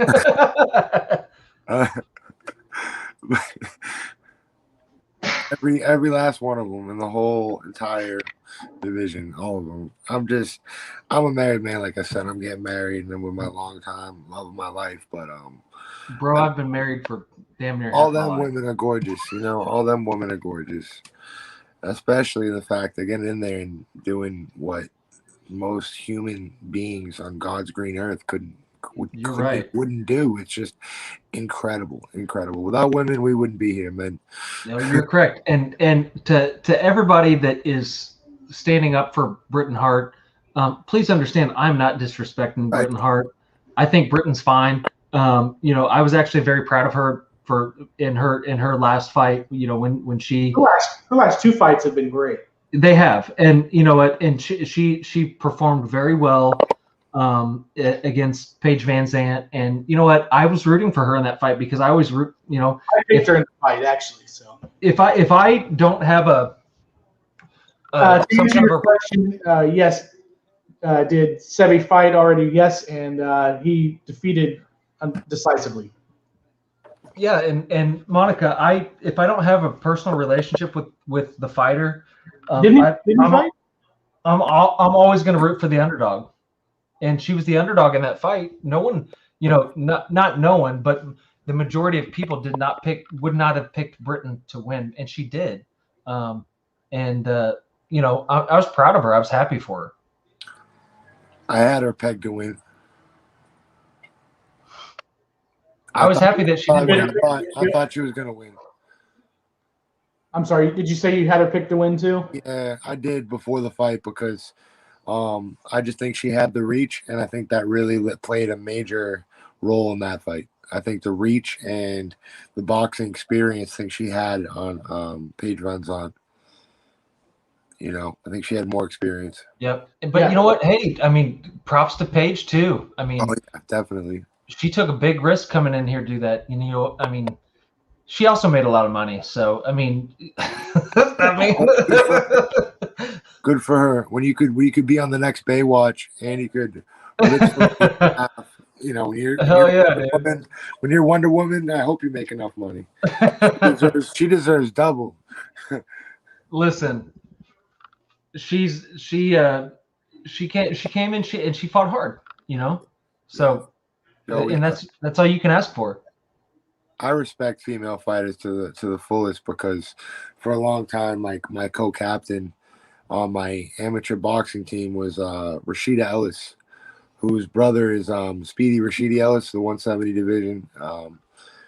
And she's going to Tokyo to represent us, the United States of America, in the Olympic Games. So, shout out to Rashida Ellis of Lynn. She's just a world-class fighter from a long list of world-class fighters in her family. So yeah, absolutely. Monica, I think the fight for sure. Yeah, Monica, I think we'd all love to see that fight. May the title to go to the best person. So. I think that has to be I think that should be, if Britain wins her next fight, and if Christine wins her next fight, then I think that has to be a title match. Has to be. There's no other, there's no way that it can't be. So, Monica, do you think that Christine will ever get a shot at a title, or what are you thinking? Because you're saying it would be a shocker to everyone.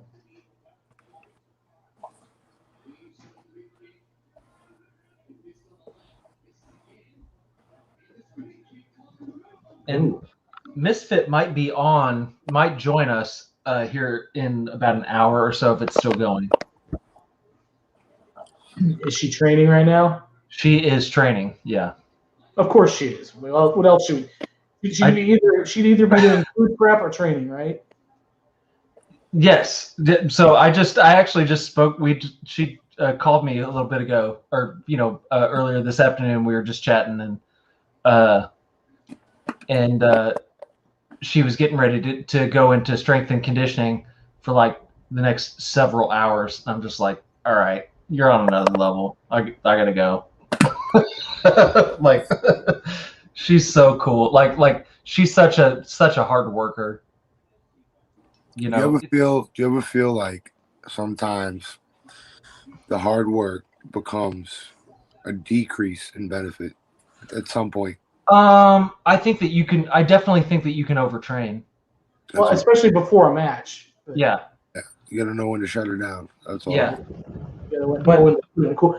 Howie says Beck will be back soon, and she is guaranteed a title match. Is that contract or? I heard that also, Howie. And if that happens, then in my opinion, and again, Monica, I know that you love Britain, and I think Britain's great. Woo! But Gamebred knee. If Beck comes back, the only fight that makes sense for her is against Faria. That's my opinion. And then Britain gets the winner of that fight.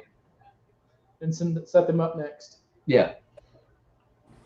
It doesn't make sense to have Faria just sitting there for 11 months. Oh my gosh. Like, it's actually pretty disgusting. I mean, if they don't want her to fight, just tell her. Yeah. Oh. You see how that round started? What's that? That round started, he came out with a flying knee. Yeah, that's what I said. You're way behind me on the thing. That's what I was saying. I was like, there goes the Gamebred knee.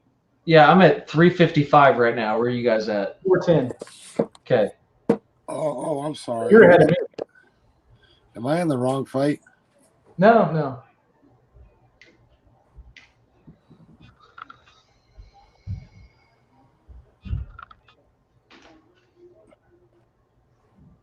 So Howie says that Beck surrendered the title. the title and went to Bellator, and that was part of the deal. That if she comes back, she gets a title fight again.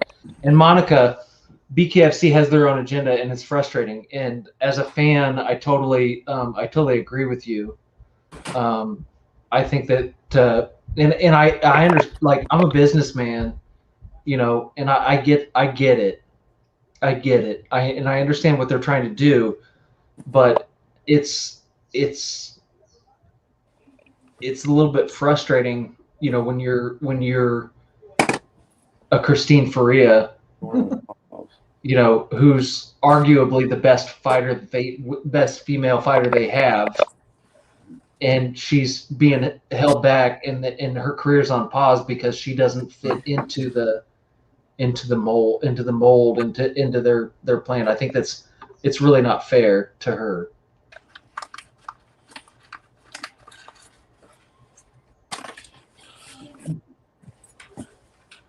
I'll admit, from where Britain has came from to where she is now. Yeah. If she continues down that and is to this day still continuing down that same path and training and skill, she's going to be a force to reckon with every fight as she continues. Oh yeah, no doubt about it. And honestly, Monica, like, that's why I was rooting for Britain, because I heard her story, and I saw how hard she worked, and I knew that she was, you know, just like Sam is working. You know, he gets up in the morning and goes and goes running and trains, and then he goes to work and works a full day, and then he goes to the gym in the evening, and then he coaches baseball for his sons in the evening.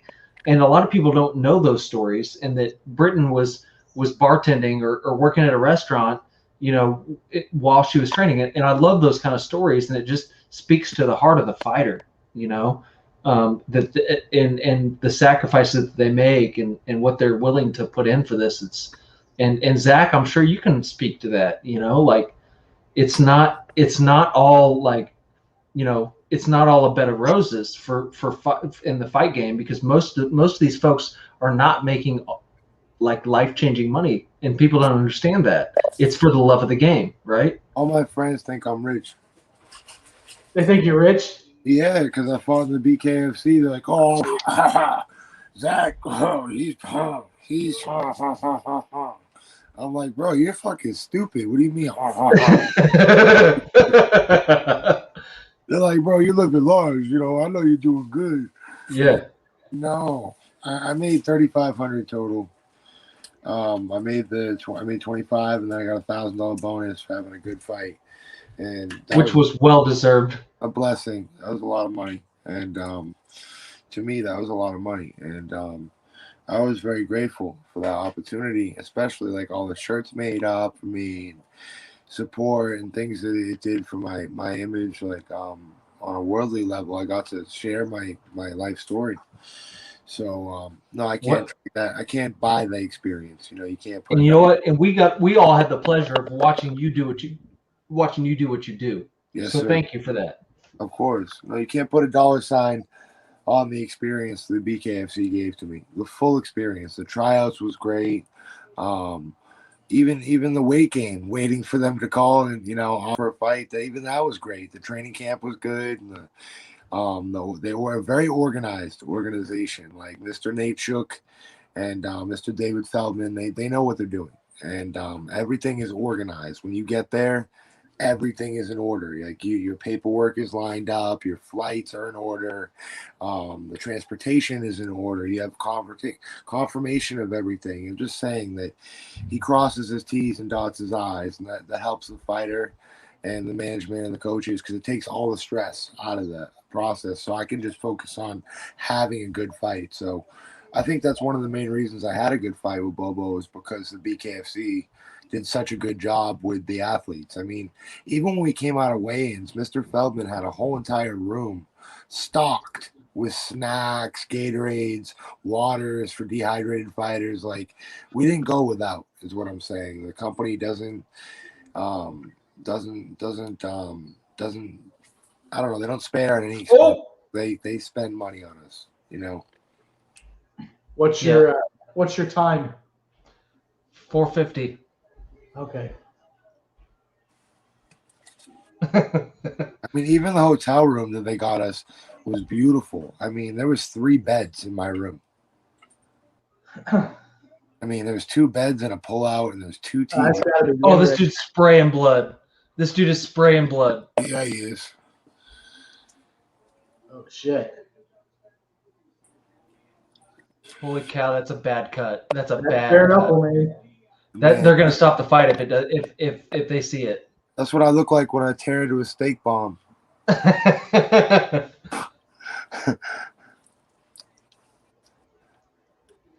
You're right, Howie. Oh! That was a heel to a spinning elbow. Oh my God, that was crazy. Now you see what I'm talking about with the spraying blood. Yeah. I'm at 4 minutes. What are you guys at? 354. 352. Oh my God. That was awesome. Oh. You're right, Howie. We got to figure out a way to get the pay-per-view buys up. Oh, I love this. This is dope. Yeah, this is cool. So those two. This is what we tuned in for, people. Yes, this is awesome. This is what I expected to see, but the 2 glove fights or whatever. I think that was just like probably the prelims. You know, that's cool, of course. Definitely Yes. the free fights, but if you're trying to show people the free fights to get them interested in the Do it bare the knuckle. main event, you're not doing any service. Right. Right. Other than it kind of shows the difference. You know, you're watching an MMA fight and then you're watching a bare knuckle MMA fight, and it shows an automatic difference between the two when you take the gloves off. Yep. Well, it looks like his blood is no longer spurting like it was. Yeah, I mean, there's just so much blood with more blood without the gloves. You know. But like it was like he had blood spraying out onto the canvas there for a second. That's what you want to see, you know. Well, yeah, man, that's why we watch. It's the sprinkler, man. I love that. Hey, Monica, tell them to call me. Tell them to call me. Yes, I'm there too. Call me. Tell them to call Bare Knuckles Most Wanted Screw. We'll help out. I got some serious ideas. I mean, listen. I do manage the fighter that I believe is the only fighter in the entire BKFC that has any of their own product lines, and my guy has 2. So, I mean, I don't want to toot my own horn, but I mean, toot toot. I'm just saying. So I got a go-kart. What are you smoking again? What is that strain? Can you remind us? It's a Crescendo Temple. Okay. All right. But I got a go-kart on my last day of moving. Well, I have like $15,000 saved up for my career. And I actually quit my job. I quit my job. I put my 2 days notice in because they were sending me to Millionaire Isle with like 2 senior citizens and a kid who was 130 pounds. I'm like, I'm not going to break my back for you anymore. And I just quit, man, you know. And I'm not moving furniture ever again. I'm done with it. 10 years I've been moving furniture, and I'm not doing it anymore. That's Congratulations, brother. I'm actually just living off my savings until my next fight. When is your next fight? I have no idea. Soon, hopefully. But I want to make sure I'm in tip-top shape. So, to me, it's not about the dollars. It's about putting on a good show for the hardworking fans, you know. I was watching some roofers today, and I was like, that's so tiring. I can't go back to that. So, Yeah, man, but like, and it can be not about the dollars, but like, if you really want to, it has to be about the dollars at some point because the thing is that you have to pay athletes enough to make a living doing this. And I'm not saying that they have to be rich, because I think a lot of people would do it just to, yeah, I would do it for free. I'll be honest with you. Like, if it wasn't something where I could do anymore, I would just go to another country and do it in the streets. I feel you, but like but you should. But the point I'm trying to make is that you should be able to do it and live comfortably, as a professional athlete. And Yeah. and I think that that's the goal. And if this sport is going to be big, and it's going to be, and you're gonna really draw it. If we're really going to draw in the high level athletes, then there has to be enough money. The athletes have to get paid enough to live comfortably. And I think a lot of high level athletes would do this just because they love the sport so much, because they love to compete so much. They would do it for, I don't think that they're all that everybody that they need to be millionaires. It'd be great if they were, but I think that if we're going to continue for the longevity of the sport, you have to have dominant champions that have a reign, or at least have consistent high level players. And you're not going to have that if you can't pay your people to stay in the game. I mean, we've already seen a couple of our champions leave the sport because they weren't making enough money. Yeah, and that's a problem. Because that's a major problem, and that's on a worldly level. That's in the NFL, NHL, MLB, all of it. They're all overpaid, and I'm gonna say this. I don't think so, though. I don't think they're overpaid. I do. I definitely do, and because the thing is, I think roofers and movers and plumbers, they make enough. I'm talking about real dirty jobs like movers, landscapers. Those guys are the ones who are underpaid, truthfully. No, I'm not saying those guys are not underpaid, but the thing is, there's X amount of money in the pot. In the like, take the NFL for example. You can say those guys are overpaid, and that's fine, but there's X amount of money in the pot, right? And so should they not get their? It's about fair share, right? I understand that, but I think that because they're the ones putting their bodies on the line. They're charging too much for tickets too. They're charging the fans too much money. The whole thing has gotten so blown out of proportion. And it's great that we live in a country that can do that, but I just wish it wasn't always all about the almighty dollar sign. I think that's taking over people's minds too much, and we're seeing less quality fights, honestly, because people are so worried about their cut of the pie. And when you do something for passion, that's when you truly become good at it. Look at Mr. John L. Sullivan. First, millionaire prize fighter, I think, and first millionaire prize fighter to declare bankruptcy, a professional athlete to declare bankruptcy. So what does that tell you? And we all idolize him like he's Jesus. So that being said, yeah, I mean, BKFC is in its infancy. It is, and this whole sport is. It's bringing in infancy money. And it's got to pay out infancy pay. Yeah. So as it grows, and it's bringing in people to get eyes on the sport, and that costs money. So absolutely. So it's a fine balancing act, and the management and owners are never appreciated for the balancing act they're doing. And no, you're right. They're constantly being yelled at from fans and everybody else for all those types of reasons. So it's and there's so much that goes on behind the scenes that none of us will ever know anything about. So I want to make a point here real quick though, because Howie just pointed something out in the chat that I didn't actually know. So I just have a question for a couple of our viewers. And Axel, you can find this event on the BKTV. Wait, give me a drink. Thirsty. I don't know what happened. Oh, I don't know what happened. He just froze up there. So I'll finish it out. If you download the BK TV app, it's like $4, $6, something like that to watch. You get Toe the Line. You'll get this. You'll get BKFC fights. You'll get a lot of stuff. So it's definitely worth the price to download, and you get like all the past events. And BKFC 18's coming up here in couple weeks, a week and a half, something like that. So you'll get that too.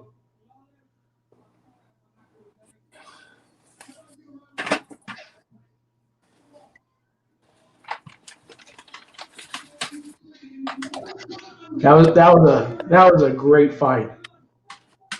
Absolutely. Absolutely. I mean, the way he went into that second round with that flying knee, that was nuts. Yeah, exactly. It reminded me of somebody. I can't think of who it was. I'm looking forward to the main event. Me too. Uh, Hey, hey, you're unfrozen. Yeah, but me, I'll retire broken in a minivan if it means to keep fighting. That's what the truth be told is that I'm literally like I quit my job so I could be a better fighter and train more. Literally, so I don't have to go move 3 summer houses a day until Christmas. That's what I've done for 10 years. I work 8 months a year. I move summer houses. I'm like the big strong guy that you yell at, like, "Oh, Zach, come move my house!" Like I can't even walk around town without move something, because I can move a refrigerator, a washing machine, dryer by myself. I can carry a dryer up 3 flights of stairs. I can carry a washing machine up 3 Sean flights Wheelock. of stairs by myself. So Yeah. I got a real skill. I can drive trucks. I drive 30-foot trucks through Boston, no problem. I can Hey, drive, listen. but my point is I'm done with the karting industry. And I'd rather retire broken, living in the back of a minivan, and be the sickest fighter ever. Though, like, yo, that guy with no teeth who lived down there in the white minivan, though, yo, bro, just don't fuck with him, bro. Because I'll probably be that guy, bro. Like, to be completely honest, man, like, I'll probably retire with nothing, no teeth, looking like that guy. Like, who the fuck is that? But I'm gonna have a strap when I'm done. Who the fuck is this guy? Yeah. Hey, listen, Zach, I can't do any of those things, just so that you know. And that's number one. But number two, what I can do, I can sell popsicles to Eskimos all day long. Yes, sir. Yes, sir. And that's a better skill than fighting. I'm a good salesman too.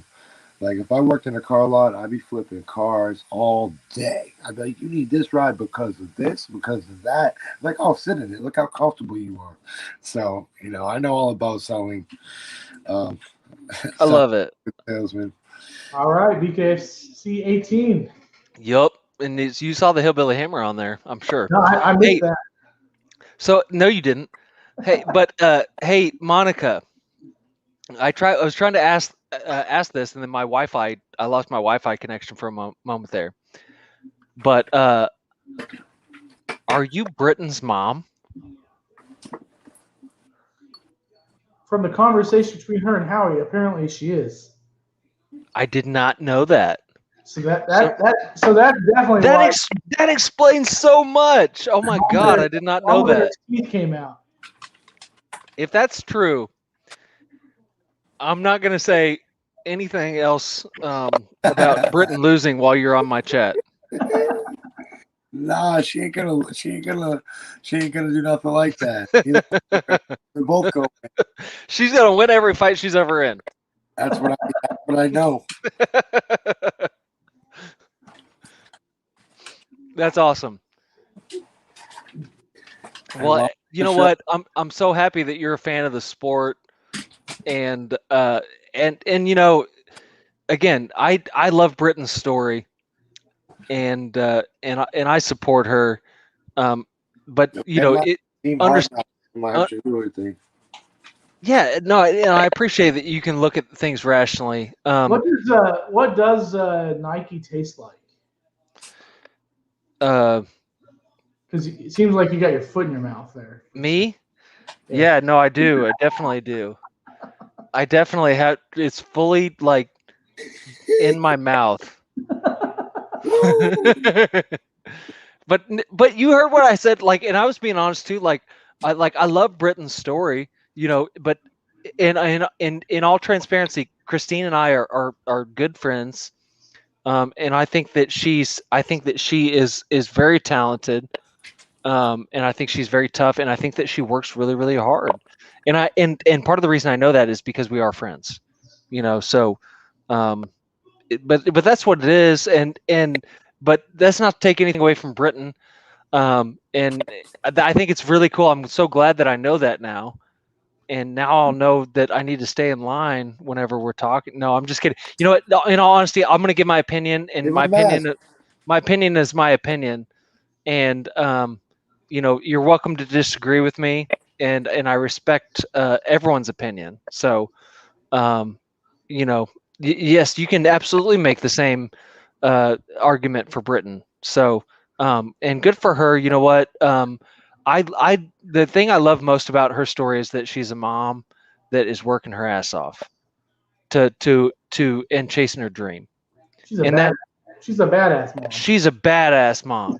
And you I'm know really what? glad And I respect that. baby. Because you know what? I have 3 children, and you know, it's that in and of itself, just being a civilian raising 3 kids is a challenge, you know.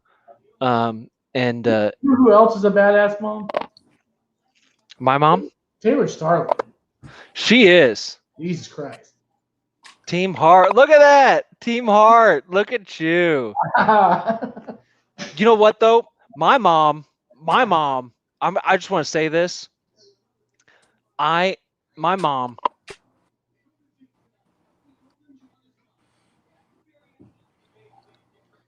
What is up with Matt, man?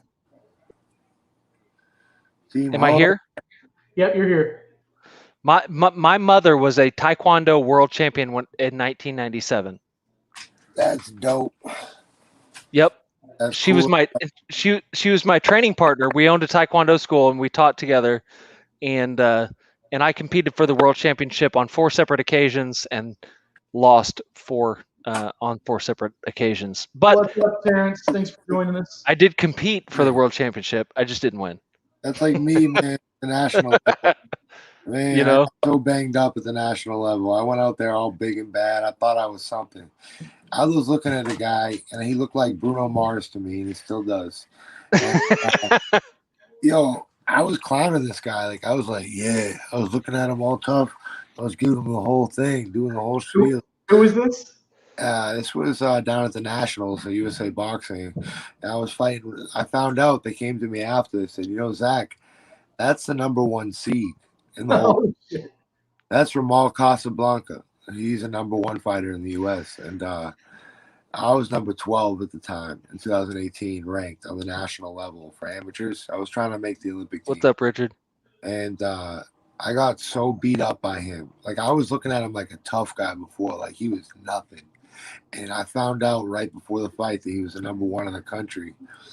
And he beat me up so bad. Like, I literally couldn't touch one hair in his head, is what I'm telling you. Howie, are you talking about Monica or Brittany is better looking than Paige? Hey, I felt like I got jumped, you know? Yeah, I feel you.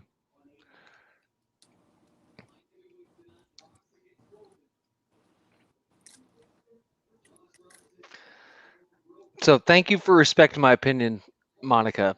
And my opinion is still my opinion. I'm not going to change that. I'm not going to go back on my opinion. But I will say that I love Britain's story and I have a lot of respect for her. Hey, Richard, what is cracking? Richard, how you doing, brother? Who's Terrence? What are you talking about in the ring and in the bed, Terrence? What does that mean? Must be some reference to being good or something. The thing about picking winners and seeing who's going to win in a competition is you have to separate the heart and mind. Yeah. And when you do that, you usually pick the winner if you know anything about that sport that you're watching, or as much as you think you do. You know what I mean? So the reason why I usually pick who wins is because I take my heart out of it. Even with myself, like with my game plan, I take my heart out of it and I think like a businessman. Listen, and that's what I tell. That's what I tell my fighters. I say fighters. That's what I tell my fighter. Soon to be fighters, just so you know, I'm getting ready to sign another one. But this is a business, and we have to make business decisions, and we have to take our emotions out of it. And we can't, and this is an emotional business. Okay. Like this is, you put your heart, your blood, sweat, and tears, and your heart and soul into this, and it's very personal, but when it comes to making decisions about your career, it has to be all business. And so you have to take your emotions out of it, and let's make a good business decision. And that's kind of my philosophy is, as a manager in this crazy world that we live in, is that, what, let's take a step back, let's take a couple deep breaths, and let's make a good business decision. And that's the best thing that we can do right now. And we don't have to make quick decisions all the time. Sometimes, now there's some urgency to our decisions, because sometimes we're up against timelines, but that doesn't mean that we have to make an emotional decision nonetheless. So, and I'm probably preaching to the choir right now. And maybe I'm, It's uh, such good advice. It's just but such good advice. but you just have to see the big picture and make a business decision. That's all it is. So yeah, I can beat people up and I lay pipe down to women. Terrence, like, what the hell are you even talking about, bro? What does that have to do with anything? Yo, that's awesome though. I'm proud of him. I'm proud of. I don't know Terrence, but Listen, I'm proud of him. listen, Terrence. Yeah, no, I'm proud. Yeah, good for you, Terrence. Like, I can kick some ass and I can lay He's some pipe. He's a red-blooded American male. Good for you, brother. I'm proud of you, Terrence. Good for you. Proud American. Thank you. You said what we all needed. Oh, that's great. That's awesome. That's something I would say. That's so crazy.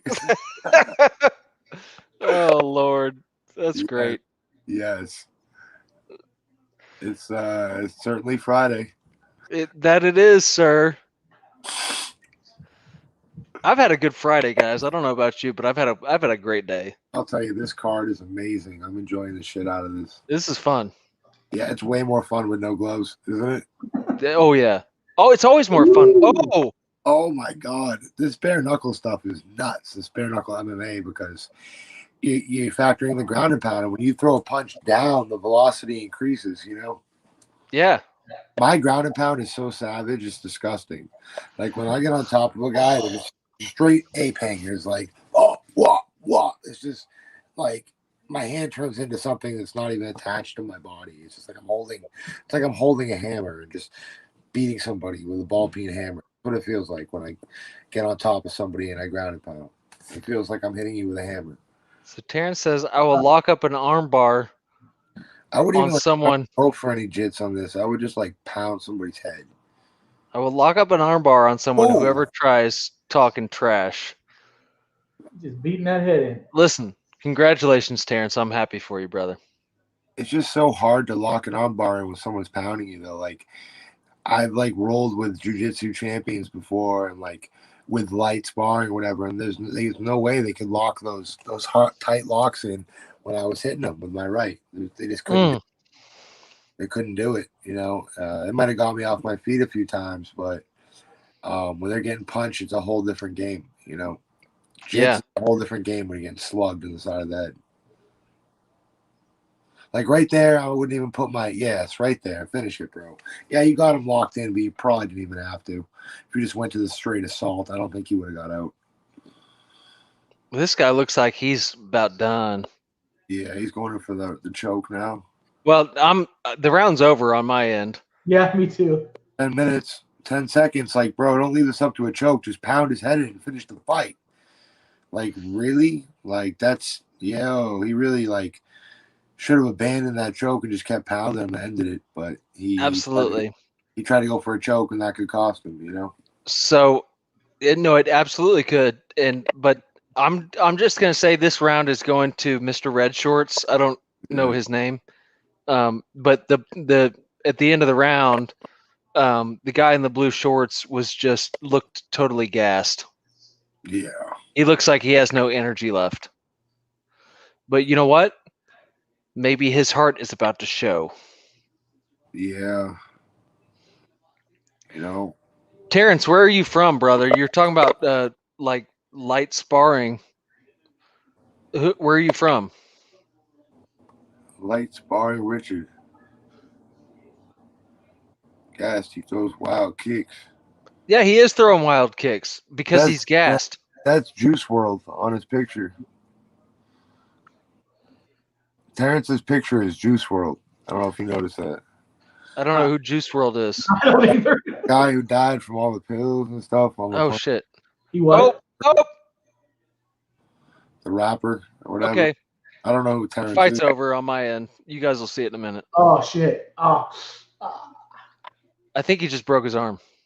I hate arm bars, man. That just ugh. What happened? He broke his shit. Hey, he's holding his arm. I think he just dislocated his elbow or something. Who, the guy in the red? Yeah. Yeah. Oh my god! I told you he should have finished it when he did. No, the guy in the red just threw a mean arm bar. And there, hey, look, there's Felony.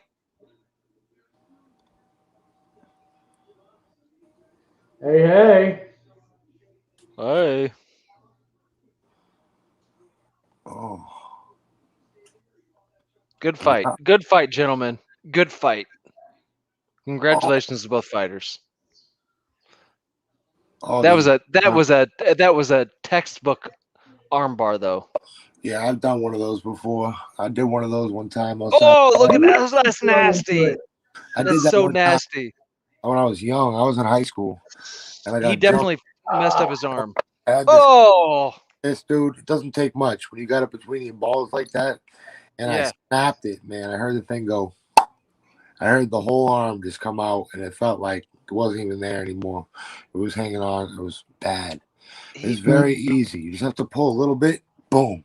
The pressure. You don't have to do much. no, it doesn't take much. But He Mr. should Blue have Shorts tapped. is He should have tapped way earlier. You know, Mr. Blue Shorts is hurting right now. I'm just saying. Yeah. broken in half. They should switch hands to raise the hands. I know shit. Like that looked painful. What a textbook armbar, like you said. I mean, he really locked. He protected it on his way in. Like before he started his pound, he got the heel hooks in. When he was doing that before, this guy was a solid MMA fighter. You know. Yeah, he was. No joke. Oh. It's nasty, isn't it? No, you're just now seeing it. Yeah, Oh, look at the veins. that's an injury. That's Oh, gonna yeah. have to be treated. When they start putting those arm bars in like that, sometimes I got Ugh. to. I'm just saying. That's wild. Okay, gentlemen, you'll have to excuse me for a moment while I use the facilities. And viewers, I shall return. Okay, we'll see you when you're done pooping. You know what? Listen. I would just tell you guys good night if that's that's because I'm going to be there for a minute if that's going on. I'm just saying. I'll be right back though. All right.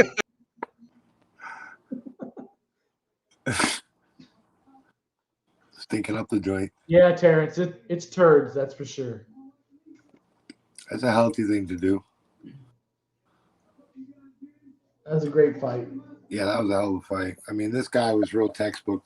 Like I said, with the way he mounted the back with the heel hooks to the ground and pound in the beginning, and then the way he protected the armbar when he ripped it, you know, so it didn't slip out of position. He was really prepared for this. I would hate to be the other guy. Yeah, I don't know, man. I always find arm bars and that type of stuff painful to watch. Yeah. I cringe. I'm like, oh. Yeah. I mean, I love blood and violence, but man, those things get me.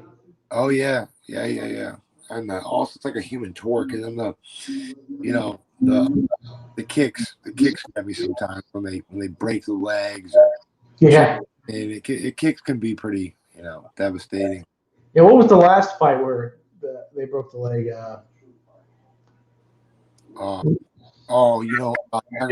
Oh, you're talking about the soccer player, and I forget exactly who it was, but it was crazy. The leg just It was snapped. like Silva versus somebody, and then he fought. Yeah, Silva, the leg, Anderson Silva, his leg was flapping around, man. But there was a recent one. Who was it he fought in that match? I don't know. Didn't he do that to him? Yeah, but then um, that guy went in and fought somebody else and had the same thing happen to him.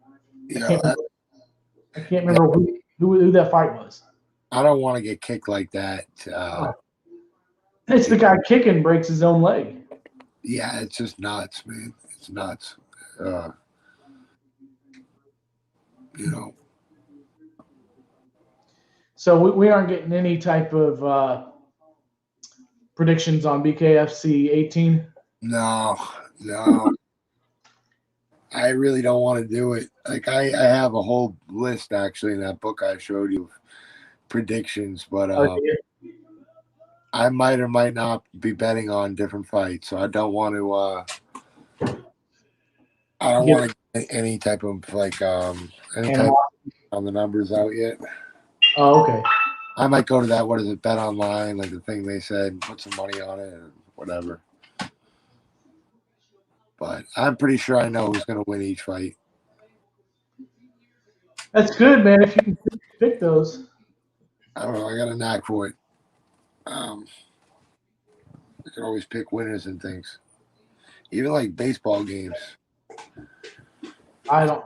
It's kind of bizarre. Like I can like call upsets. Like if I see something, I can like figure it out. Like, okay, this is off, and this is not usually off with this team. So that maybe lead for a chance in the 4th or 5th inning for something to happen. You know what I mean? And I'm usually right. It's kind of weird. I'm usually right. I just watch a lot of sports, and I'm a student of the game. You know. Yeah, I really don't care for sports at all. No, I understand. But boxing, BKFC, and MMA, I'm all about it. I believe that. I understand. Those are my favorites. I think that every single sport in the world, baseball, hockey, football, all of it, right?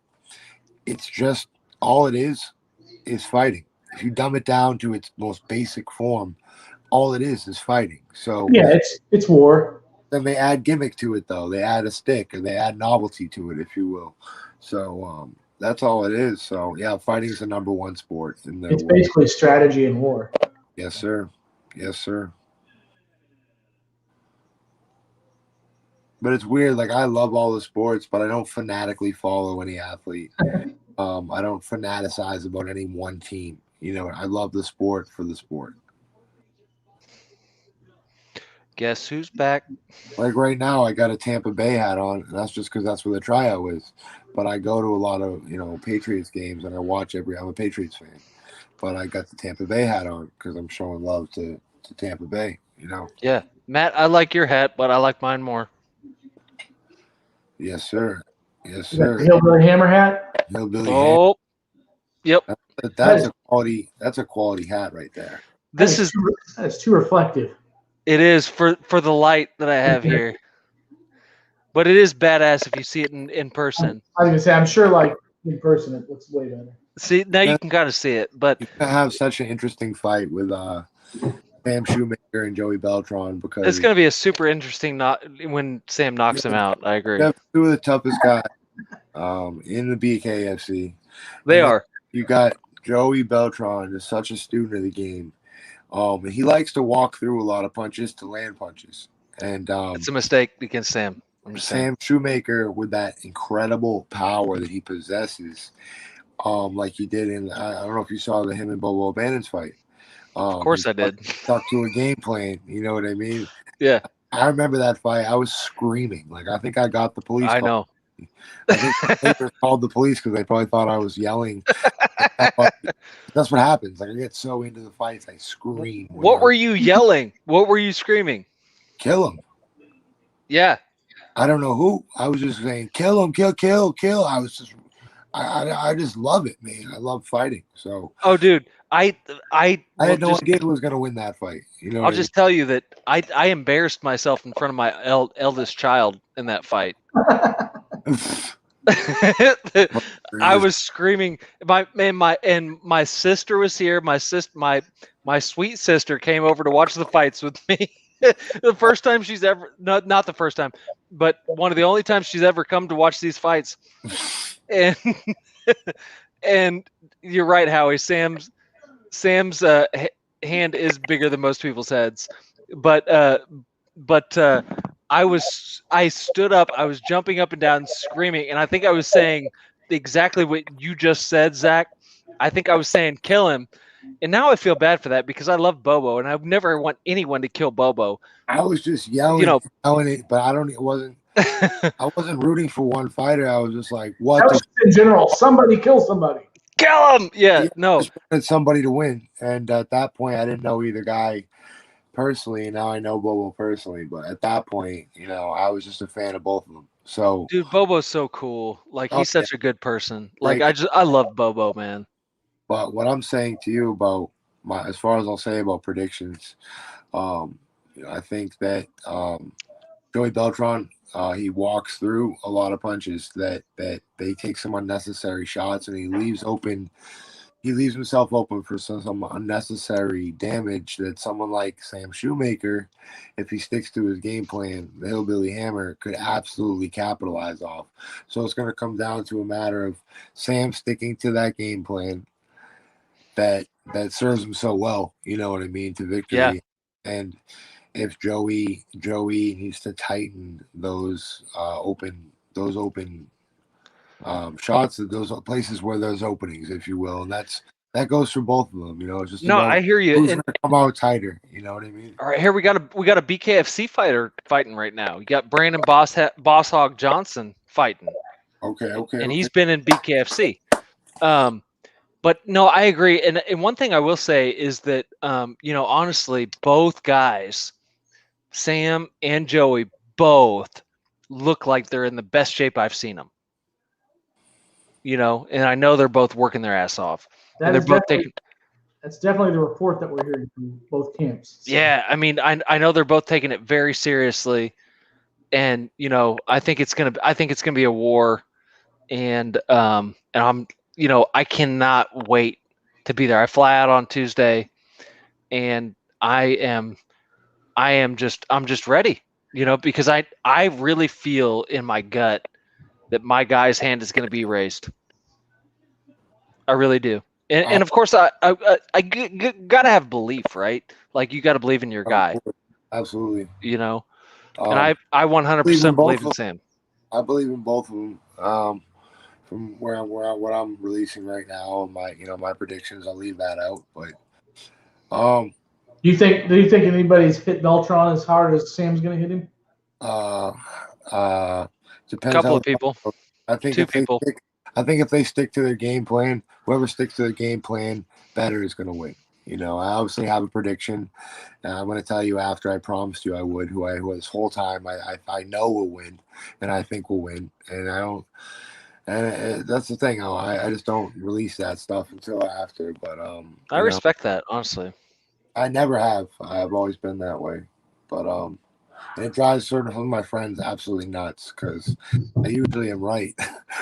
Yeah, that whole card though is just completely stacked. It's going to be so many good fights. Really want my predictions on a Red Sox game, or they really want to play numbers, I'll do that for them. But I'm going to bet their money, not mine. Well, I will just say that I think that I can't wait to be there because I just think that there are just so many potentially like every fight on that card is just crazy. Well, shit, 4 of them are fucking title fights. I know. It's nuts. It's almost like it's gearing up. I'm not going. Truthfully, I honestly could cry. I could have a grown man cry. And a cup of milk and some cookies about that. I'm sad. I'm sad in my soul that I'm not going to be there. Truly. So, Ahmad G. Majazi. We can't show the fights, man, because otherwise they'll shut our podcast down. That's crazy, but I understand it, because this is how they pay the fighters, they pay the medics, they pay the people who set up the ring. I mean, people got to get paid. Yeah, man. It's the fastest to get paid. Is always the fastest to get laid. Yeah, and this is like I said, this isn't the UFC where you're all that money's going into UFC, Dana White's pocket, man. This is a smaller organization where the money's going towards the fighters. So Yes, sir. Yes, sir. And we need that money because it goes quick. Yes, we do. It goes quickly. I got the money and I spent it pretty quickly. My bills, everything came fast. It's all gone now. You know what I mean? Monica. Beltran hasn't knocked anybody out. I wish I could say easy come, easy go, but that's just not. It's not easy business. blows and hose, Boats and hose. blows and hose. Oh, And Sam's never been knocked out. no, sir. Beltran has never knocked anybody out. He's had, I think, maybe one TKO, but Sam's never been knocked out. He's never really even been cut up like that. He doesn't cut easy like a lot of these guys do. No, he's Hillbilly Hammer for a reason. That's what I'm saying. Like, Monica, I love you, but we're gonna have to agree to disagree on this. I'm not trying to fight Sam Shoemaker. That's not me being soft or nothing. I don't want my nose, my brains pushed into the back of my skull and die. I love you, Zach. I love you, man. I'm being real though. I'll cut down to a different weight class before I gotta fight that guy. That's the truth. That's the facts. And that's just me being real. You want me to sit there and say I'd fight Joey Beltran? Definitely not right now. Not probably not ever. Is what I'm trying to say. Who would you rather fight? Who would you rather fight? I'm not answering that either. Neither one of them. It's my second pro fight was a Bobo O'Bannon. So that was a crazy challenge. I knew I was in there against a guy who really knew how to fight. Yeah, absolutely. I knew exactly who he was. So. Yep. No, dude. I mean, Bobo's one of my top favorite people in this game. But and if you're asking me to judge my fight, if I was betting on myself and I didn't, because I'm not a scumbag, I'm not like that. Yeah. I would have said if I was a betting man that I was going to lose. That's what the betting odds said. I didn't go into it trying to lose. I never go into a fight trying to lose. I'm not that guy. Never. I tried to knock him out. I did. In the first minute of that first round, I was doing everything in my power to take him out early because I knew if it went to later rounds, my probability goes down where he can use more of his knowledge in the game. So I accurately tried to flood him. It wasn't about anxiety. More or less, it was my game plan to try and flood him. Yep. Hey, Monica, are you gonna be in Miami? Are you gonna be at those fights?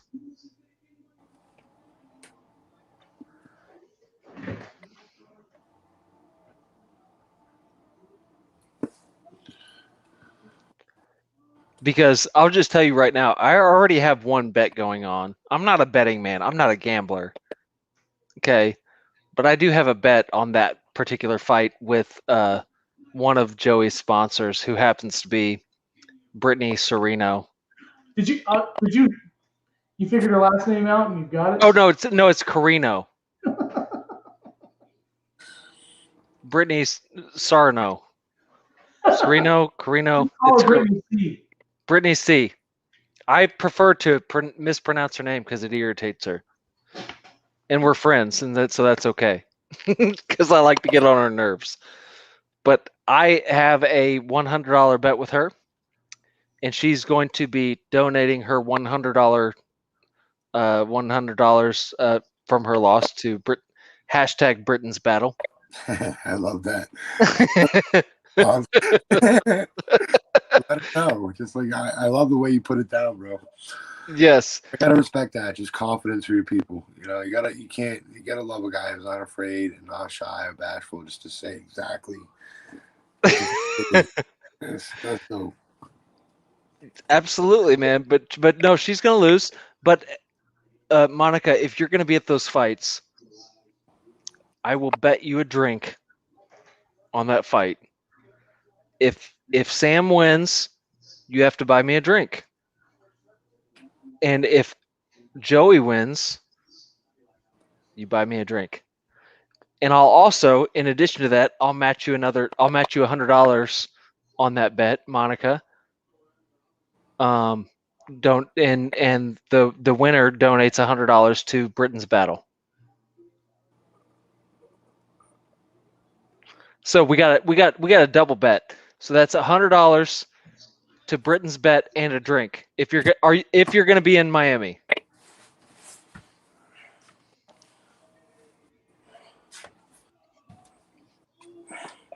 I'm working on one of those spinning moves.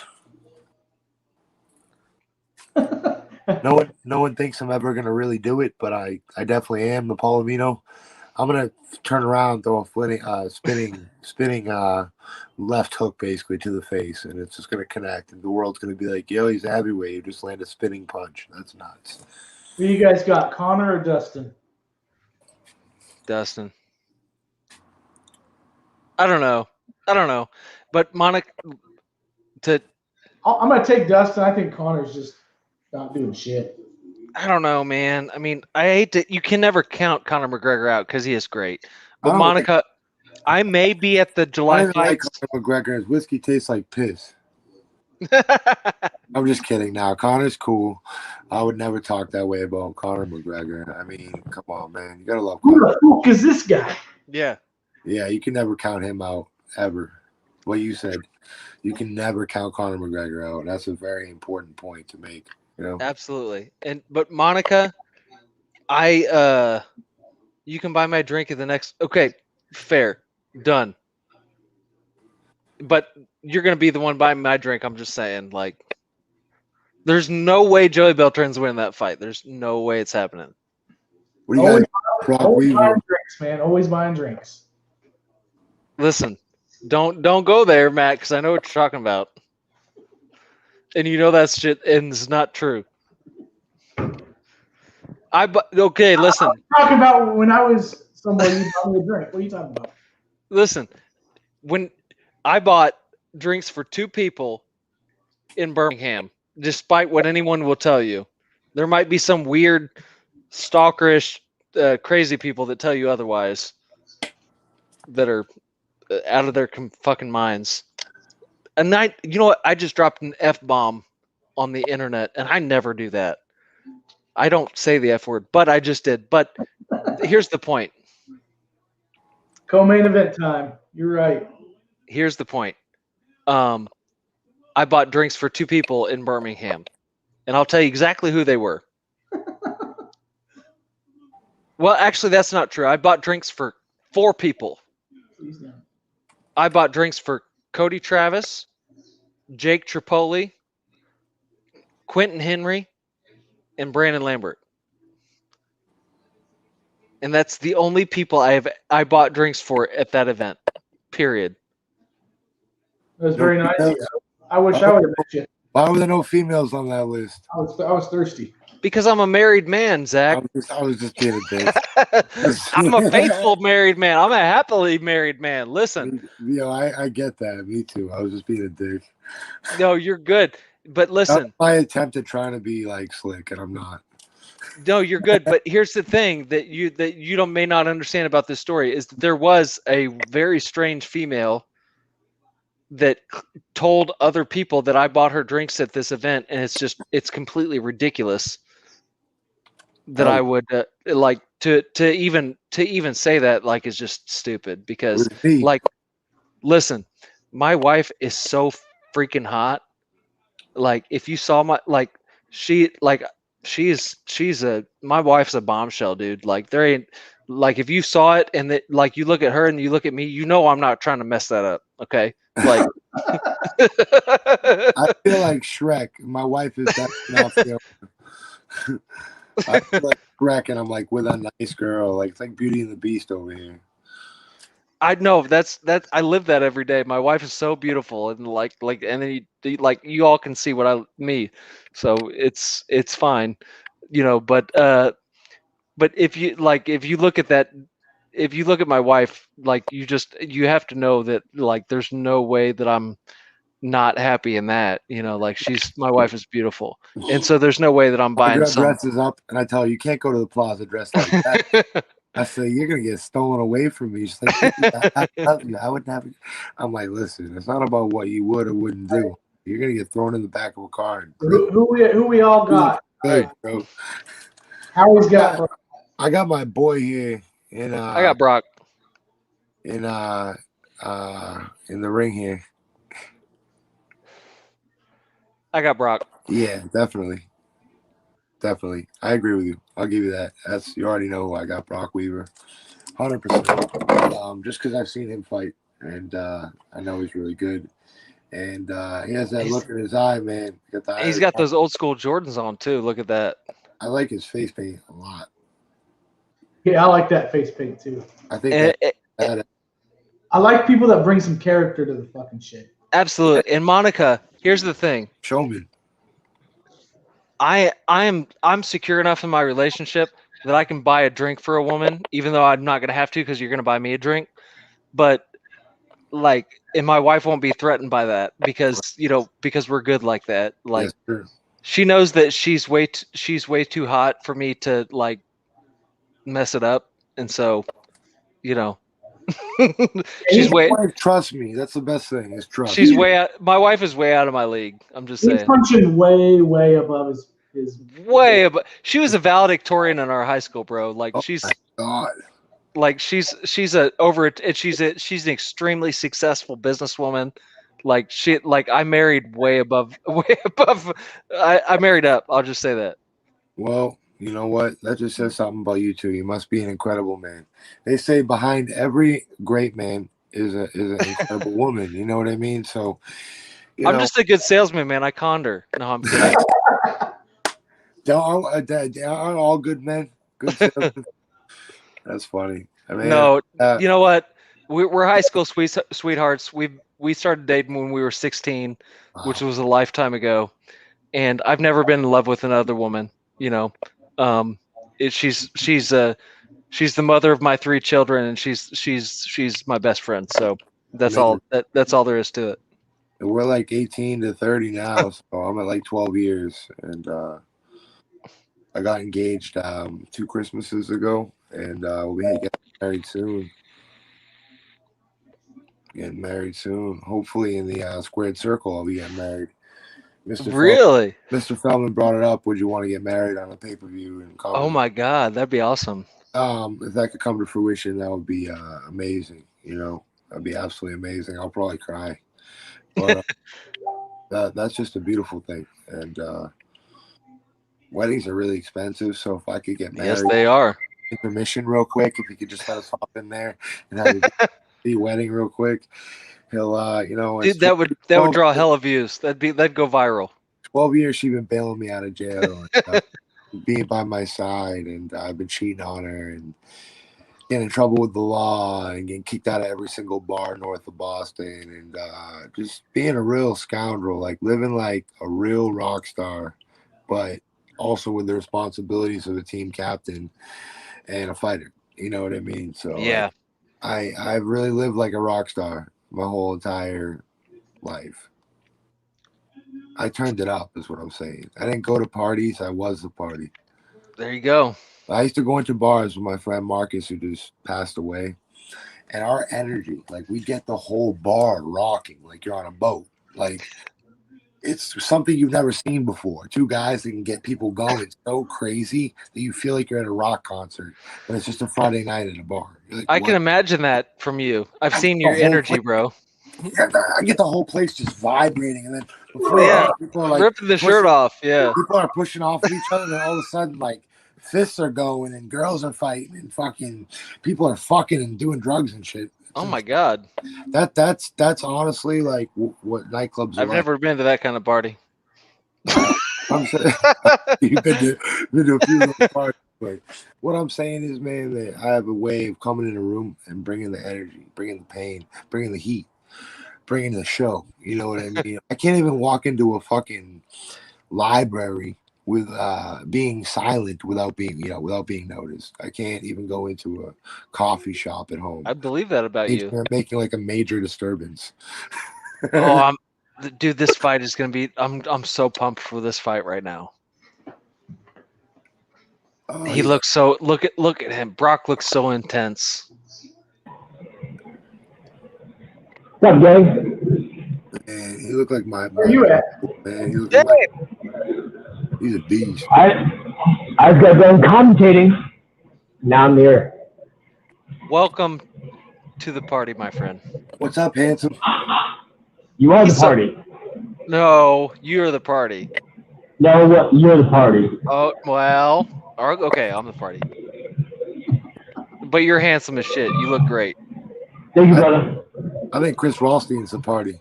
I think you have a sweet beard. Do something about it, son. Hey, we did just launch. We went live with Hillbilly Hammer Beard Products today. So Can I get some? yes, you can. Now you got to grow a my beard, though. God, look at his eyes. Look at his eyes. Oh, Ooh. he's intense. Yo, he's gonna kill this guy. Are you watching, Dave? Are you watching this? I'm on my way home from Long Island. So, no, I'm not.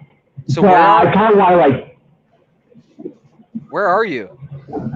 I had to do commentating for Flex Fight Series, and I'm on the train now. Completely shit faced. Yeah. Any interesting Pretty much. people on the anybody interesting on the train?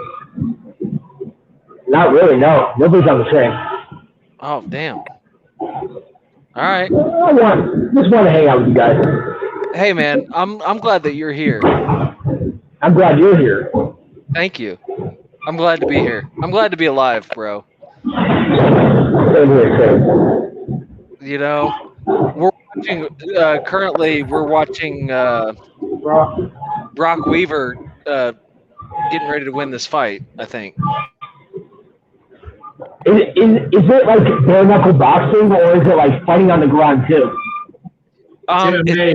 It's MMA with no gloves. No, they're humping each other too. Sweet. But the first two fights had gloves, and we were all pretty pissed about it. But I think those are just like prelims. They were prelims, but like we all tuned in and we were like, "What the hell's going on? Like, why do they have gloves on?" Yeah. Nervous, maybe nervous. Look at all the blood on the apron. Hey, David, That's it. that train's making a lot of noise. Can you tune that in when you're off?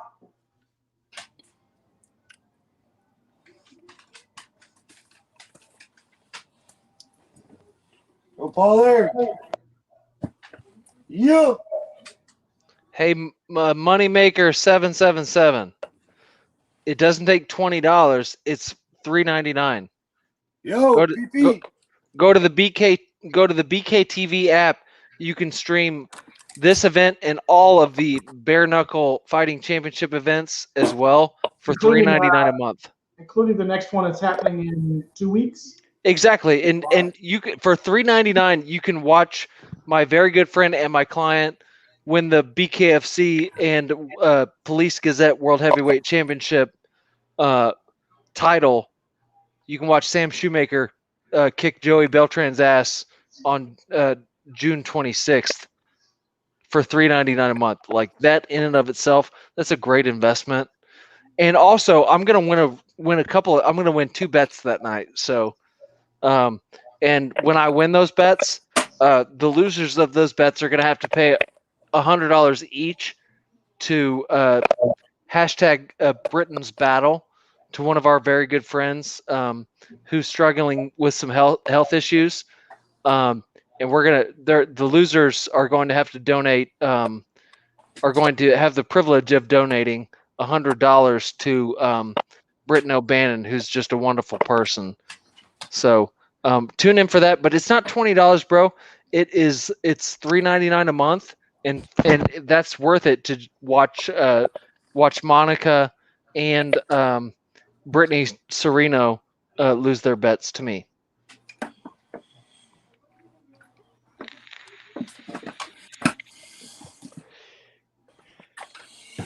And crickets. Oh, Joey- that's right. I forgot about that. Joey may be Monica's son-in-law. We'll see. I wish them the best. I wish Joey and Britton both the best. I hope they have a wonderful life together. Yeah, I forgot they were talking or whatever. So that makes sense why she's partial. No, I knew exactly why she's partial, but she's gonna. But hey, Monica, on behalf of Britton O'Bannon, I appreciate your donation.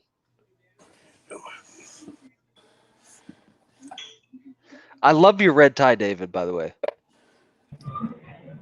I love your red beard, so we're even. Who's that? it is pretty. It's pretty good. I got. It's more than pretty. Good. Yeah. I mean, but I don't have any hair on my head, so I make up for it down here.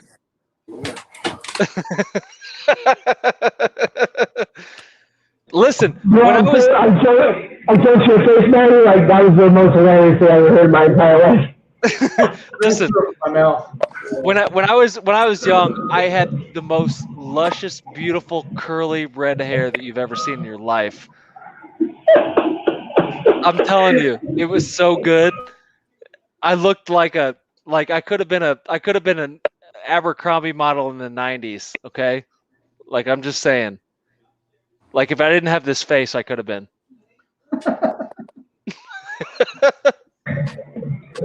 I gotta stop drinking. But you know what? I was blessed. My hair like started to run away on my face, and it retreated, or on my head, and it retreated to my face.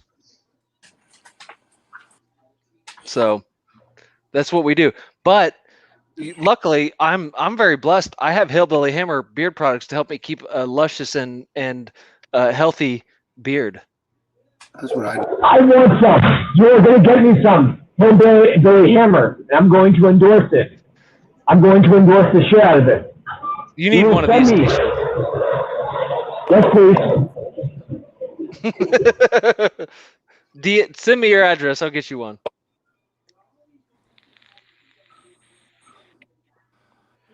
What are you gonna use it on? You don't have a beard. Yet. You gotta grow it. I'm not more like you, sir, but I'll try. Me and my fourth grader beard are doing just fine, sir. Listen, I need some mustache wax. we have mustache wax. We have Hillbilly Hammer mustache wax. I got this beard from Kids Are Rough, you know what I'm saying? All I I see really that- need to make is some Hillbilly Hammer for my hammer. Well, we For the do love have below. Hillbilly Hammer body wash, That's what I'm talking about. so you can wash your hammer with the body wash. I want to scrub my sexy parts Listen. with Hillbilly scrub. Hey, listen, Monica, I might be technically speaking, I mean, I guess you could call me a ginger if you want to, and I'll embrace it, and that's fine. But I do have a soul, I think. No, gingers matter too. Okay, No. lives matter. He has no I soul. met a couple of gingers that are all right. No, they're all good, man. Come on, Listen, we're all good. I'm Irish German. What do you expect? Yeah, my girl's brother probably. Yeah, like it's bound to happen. Okay. I'm a Jewish guy surrounded by Irish Germans. How do you think my life goes? I'm Jewish and Greek. I'm surrounded by Irish Germans. It's And crazy. you probably get drunk under the table a lot. I just feel like I'm back in Nazi Germany. That's why I have such a tolerance for the devil juice. You know. I'm telling you, man. I got third generation family in Greece that was occupied World War I. The Nazis killed my great grandfather, and then on the Jewish, I got relatives that were in gas chambers, so in Auschwitz. So it's kind of I was affected on both sides of my family. You know, I hear that, and that's it's one of those things that It's crazy. History is history, Yeah. man. No, it's just crazy to think like that is what our ancestors went through on any nationality. That our ancestors went through usually a lot more than us. You know, Oh, 100%. just harder things. Like it was harder back then. Dude, like when I think about it, like I have 3 kids, and I'm like, man, like this is hard sometimes with 3 kids. But then I think about like my grandmother, that she had 6 kids. My grandfather 6 kids. Froze.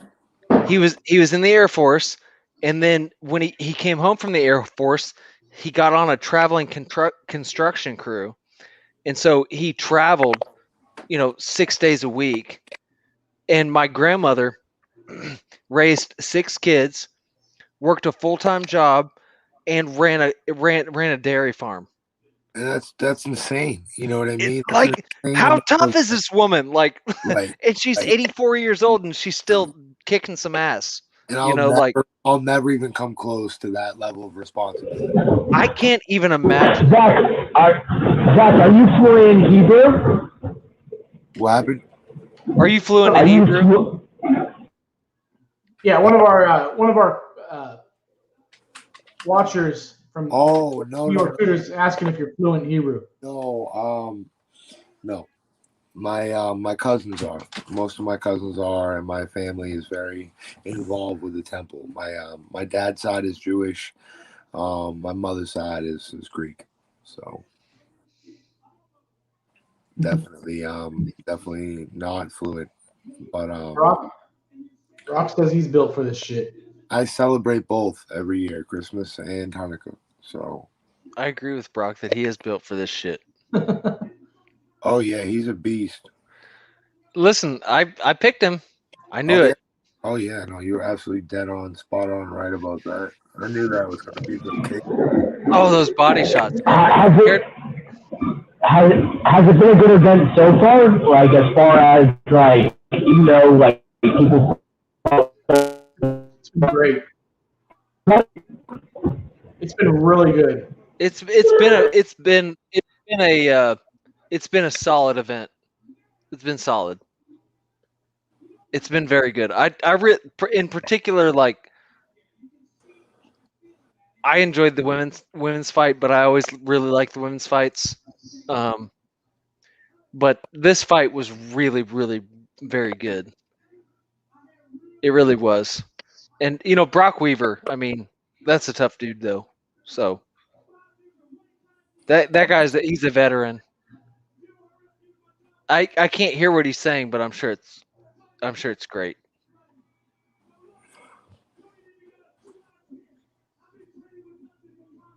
The Hebrew word for congratulations is Mazel Tov, Zach. Thank you. I think you have to say it more like Mazel Tov. Mazel Tov. Yeah.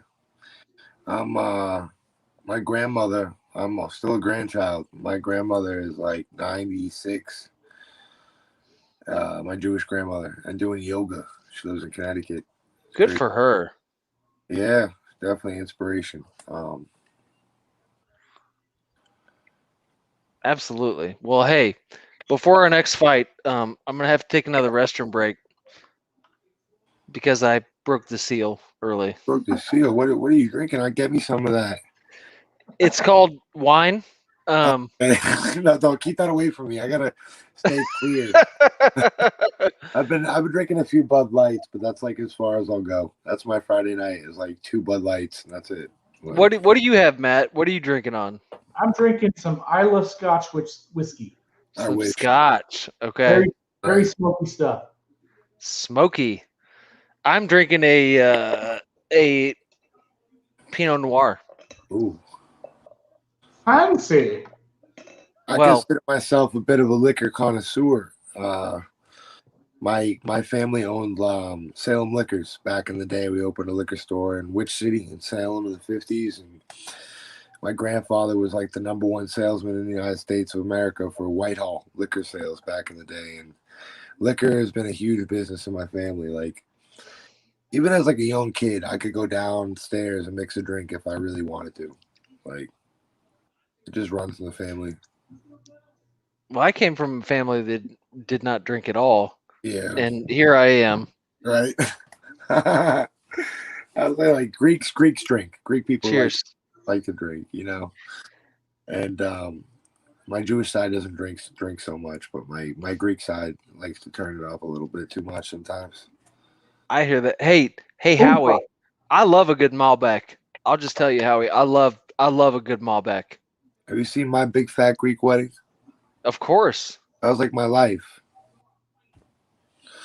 Growing up, the whole thing. This is craziness all the time. Howie, I will split a bottle of Malbec. I will drink a bottle of Malbec with you. Brock be- won. What's that? Scooby-Doo wants to know who won the Brock fight. Oh, Brock won in dominant fashion. 100% won. Yeah. All right. Well, I'm gonna take a restroom break, but Howie, I'm just telling you, you bring me a Malbec, me and you will sit down and we'll probably share some war stories and have some fun. I'm just saying. I'll be right back. All right. What are they talking about now? Probably getting ready for the main events. Yeah, it looks like. What did you think again about the felony fight? I'm going with felony. I mean, I can just feel it. He's turning it around. I hope so. It's going to happen. I really hope so, man. But that's the one prediction that I'll say I don't think so. He deserves it. He's older and. Yeah, no, I'm a Charles Bennett felony fan, major fan of his. I would like to see if he does, decide to start, not do it anymore. I mean, he's what, 44th, 43? 44. I don't think he'll stop doing it. I just think it's become somewhat of a gimmick to him almost, in the sense of like he's just going in there and put on a show, which we all know he's capable of. I don't know if he's really trying to win anymore. Yeah. I don't know if the hunger there to win is still there, or if he just likes the life, and if that's the case, that's fine too. Like, he's earned that, you know what I mean? He still puts on a hell of a show. Yeah, he does. He's still skilled. Skilled. Oh yeah, I'm a big fan of his. I can only hope to have a career like his in any type of way. So, definitely a huge inspiration to me, being an eccentric guy. I love Charles Felony Bennett and what he brings to the fight game. I mean, he's so awkward that he'll make an unstable person mentally. They'll feel awkward just being around him. Like, he's the type. Yeah, he tries to get in your head for sure. Oh yeah, like, bro, he was trying to get in my head outside of the Boutwell Auditorium, and I'm like, bro, I'm a super heavyweight. We're never gonna fight. Like, he's like getting in my head, talking shit to me. I'm like, oh my god. He's got to be ready. You just never know when you're gonna put the weight on. No, yeah, right. I got to cross that off. But even if he hit me, I'd be like, bro, you out of your fucking mind. Like, I the way I see it is, I crossed another thing off my bucket list. Charles Felony Bennett talk shit to me. That's dope.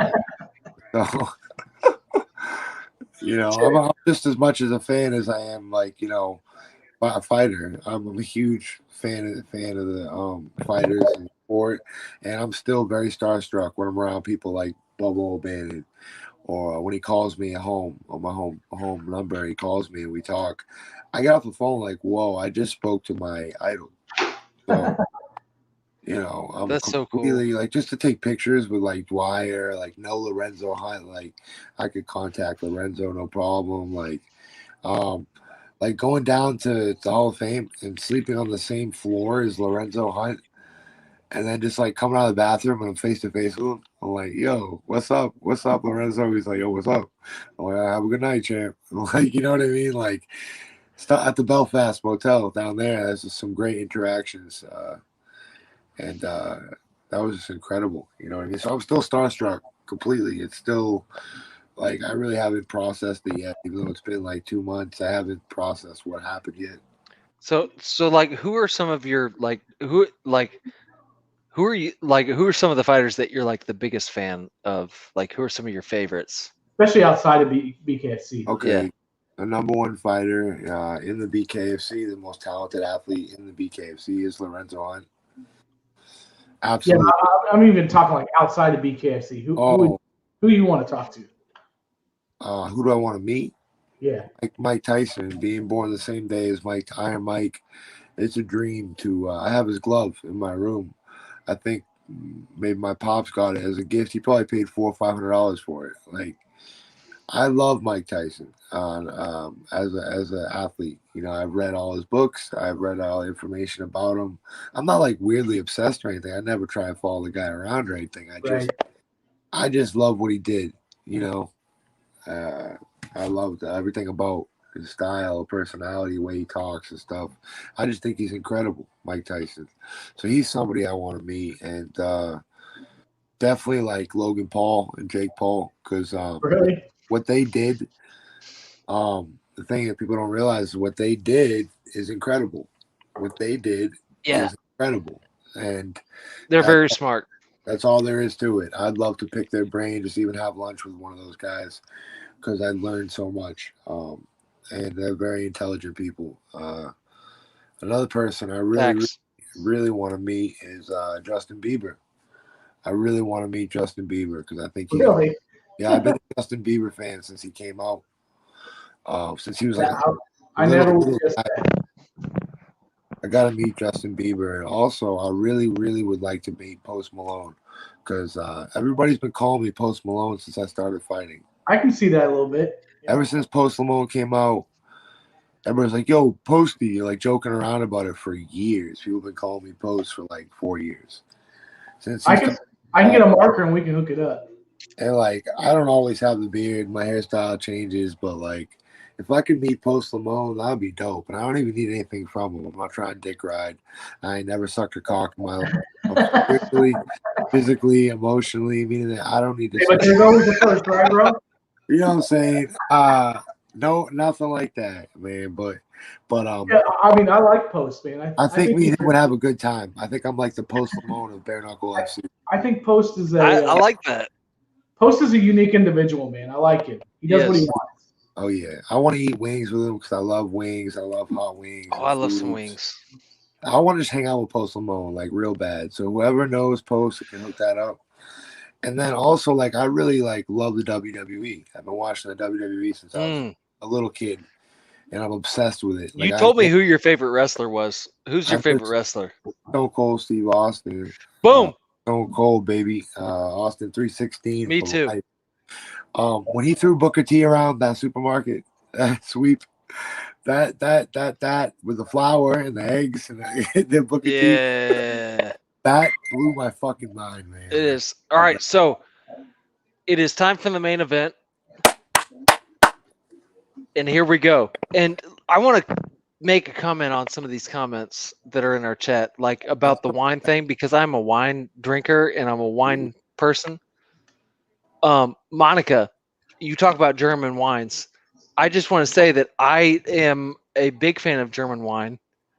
And very close to me, and my wife and I actually make a trip at least once, and typically twice a year if we can, to Herman, Missouri. And if you haven't been there, it is worth the trip. There are so many like cool like wineries and the history like small wineries, but the history of Herman, Missouri is so cool. Like it's a bunch of like German immigrants that lived in New York that purchased farmland in Missouri thinking that it was going to be great farmland, and then they got here and they realized that it's like river bottoms and hill country, and then they had to make another game plan, and then they decided, okay, well this is beautiful, but it's terrible farmland as far as like planting like traditional crops. So what we're going to do is we're going to try to plant grapes and grow wine grapes, and it's the perfect condition for that. And so it's some of the best wineries and some of the best wine in the entire country. And and there are so many like really really cool like chic bed and breakfast and stuff. So like like I know you said you've been married for 30 years. Talk your husband into making a trip to Herman, Missouri, because it really is beautiful and it's a great experience, and they have some very good German wine. So if you like that, go check out Herman, because that's my plug for Herman, Missouri. Like it's a small town. Most people will never hear of it in their lives, but it's like the Napa Valley of the Midwest. It really is, and it's beautiful. Show me state. Show me state. Missouri. That's right. That's right. The show me state. You got to show me, bro. Like we don't we don't take you at your word. You got to show us. That's true about them. I have a friend, Nico Bird from Missouri, and he's a 130-pound dude. Speaking of MMA fighters, and back in the day, we were playing for a men's football team, and something popped off. We were talking shit, and I tried to take him down, and he got my back. He's 130 pounds, and he got that rear naked on me, and I jumped up in the air and threw my big body on him. I was like 270, and he just ripped it in tighter, and I was like, ah! He tapped me out in front of the whole entire group of peers, men's flag football team. We never pull flags, just rip legs off. But Absolutely. yeah, he embarrassed me in front of all my hometown friends. He was like the new skinny kid from Missouri, and it was just so bad. But, hey man, we grow them different around here, bro. He's like, you know how we did that?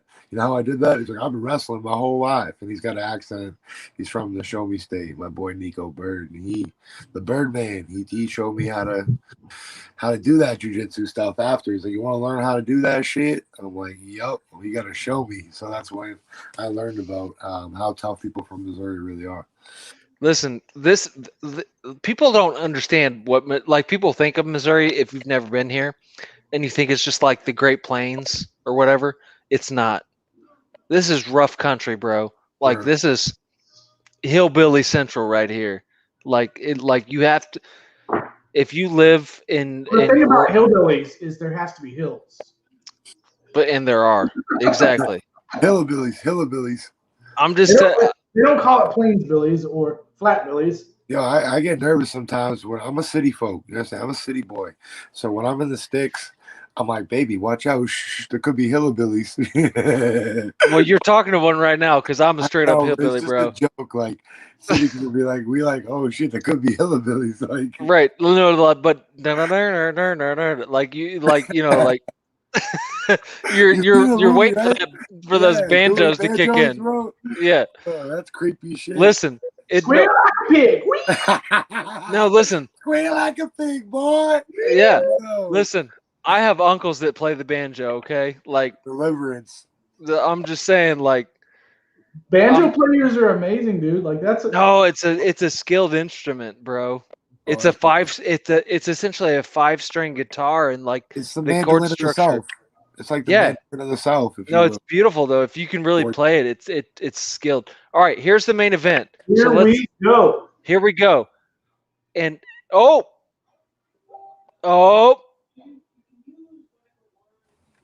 Felony got him with it. Caught him though. I mean, and he pointed at him. He caught him again with the left hook. What do you mean? I'm still at the beginning of the fight. Yeah, me too. I'm at 442. Oh, okay. Yeah, you know what I'm saying is that I'm about 10 seconds in front of you, Matt.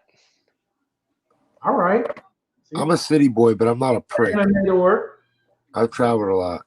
And I'm a country boy, but I ain't a prick. Like I've been to, I've spent time in the city too, but like I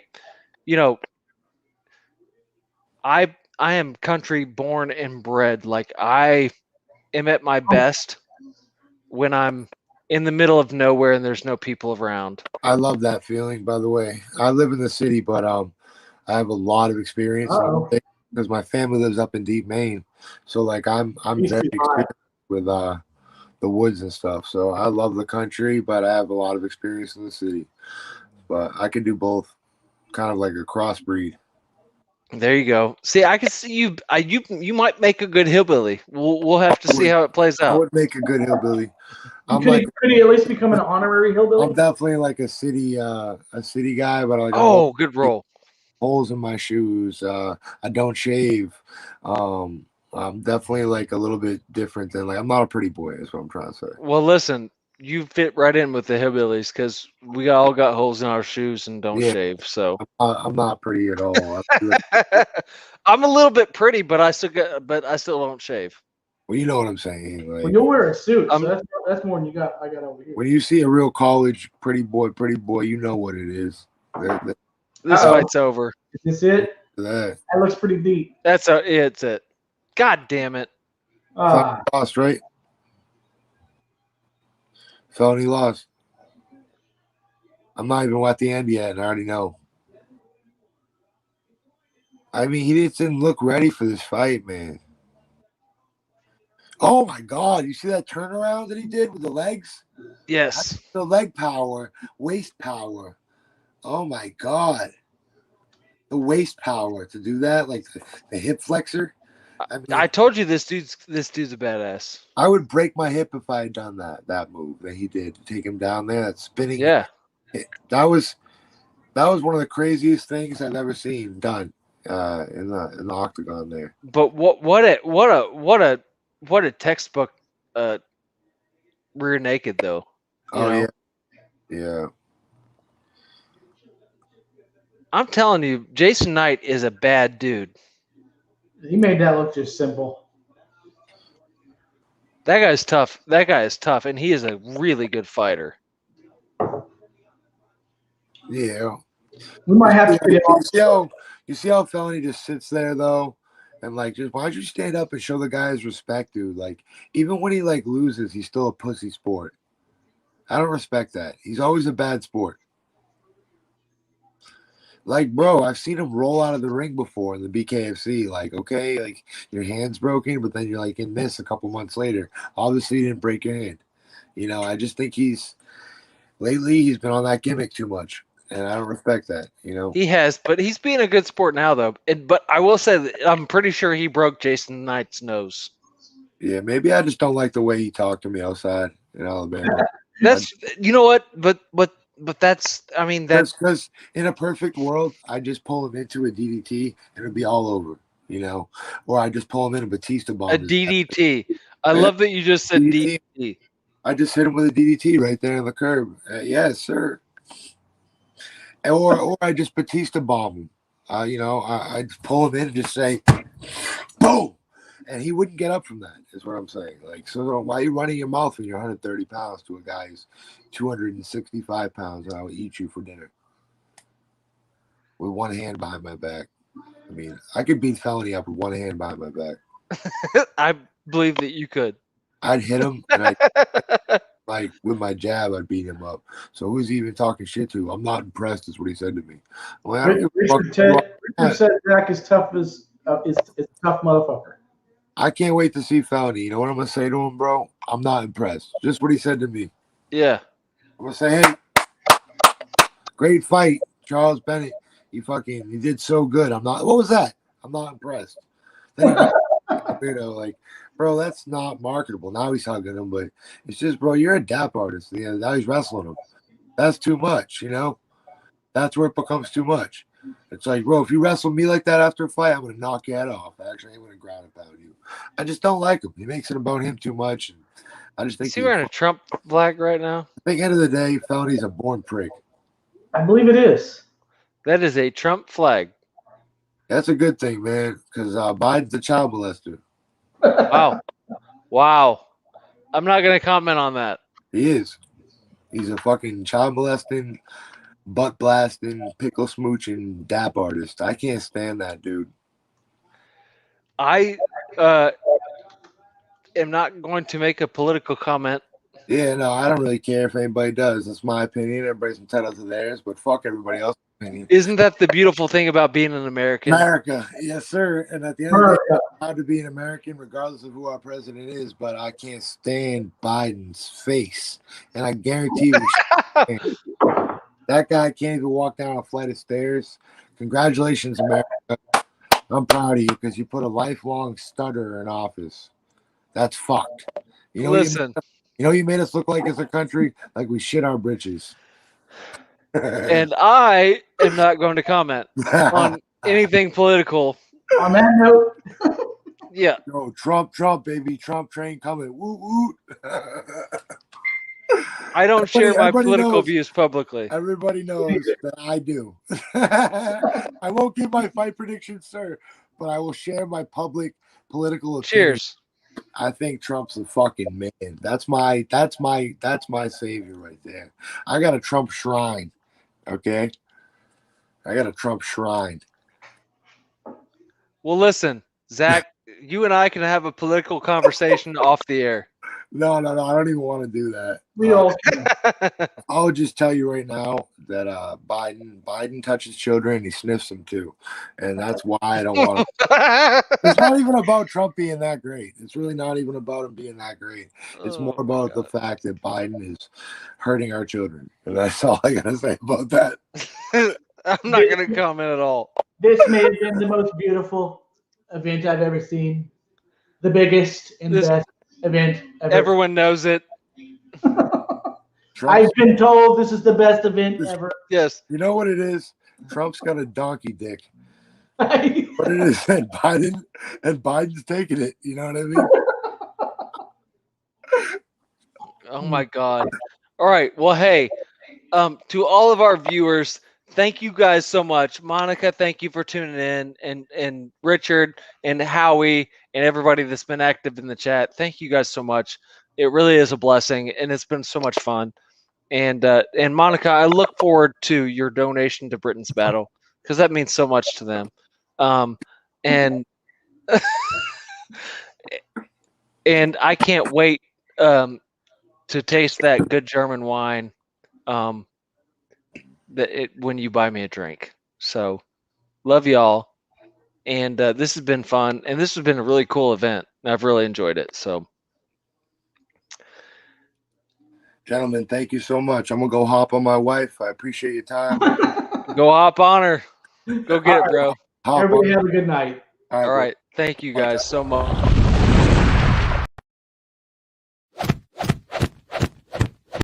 What we do here is go back.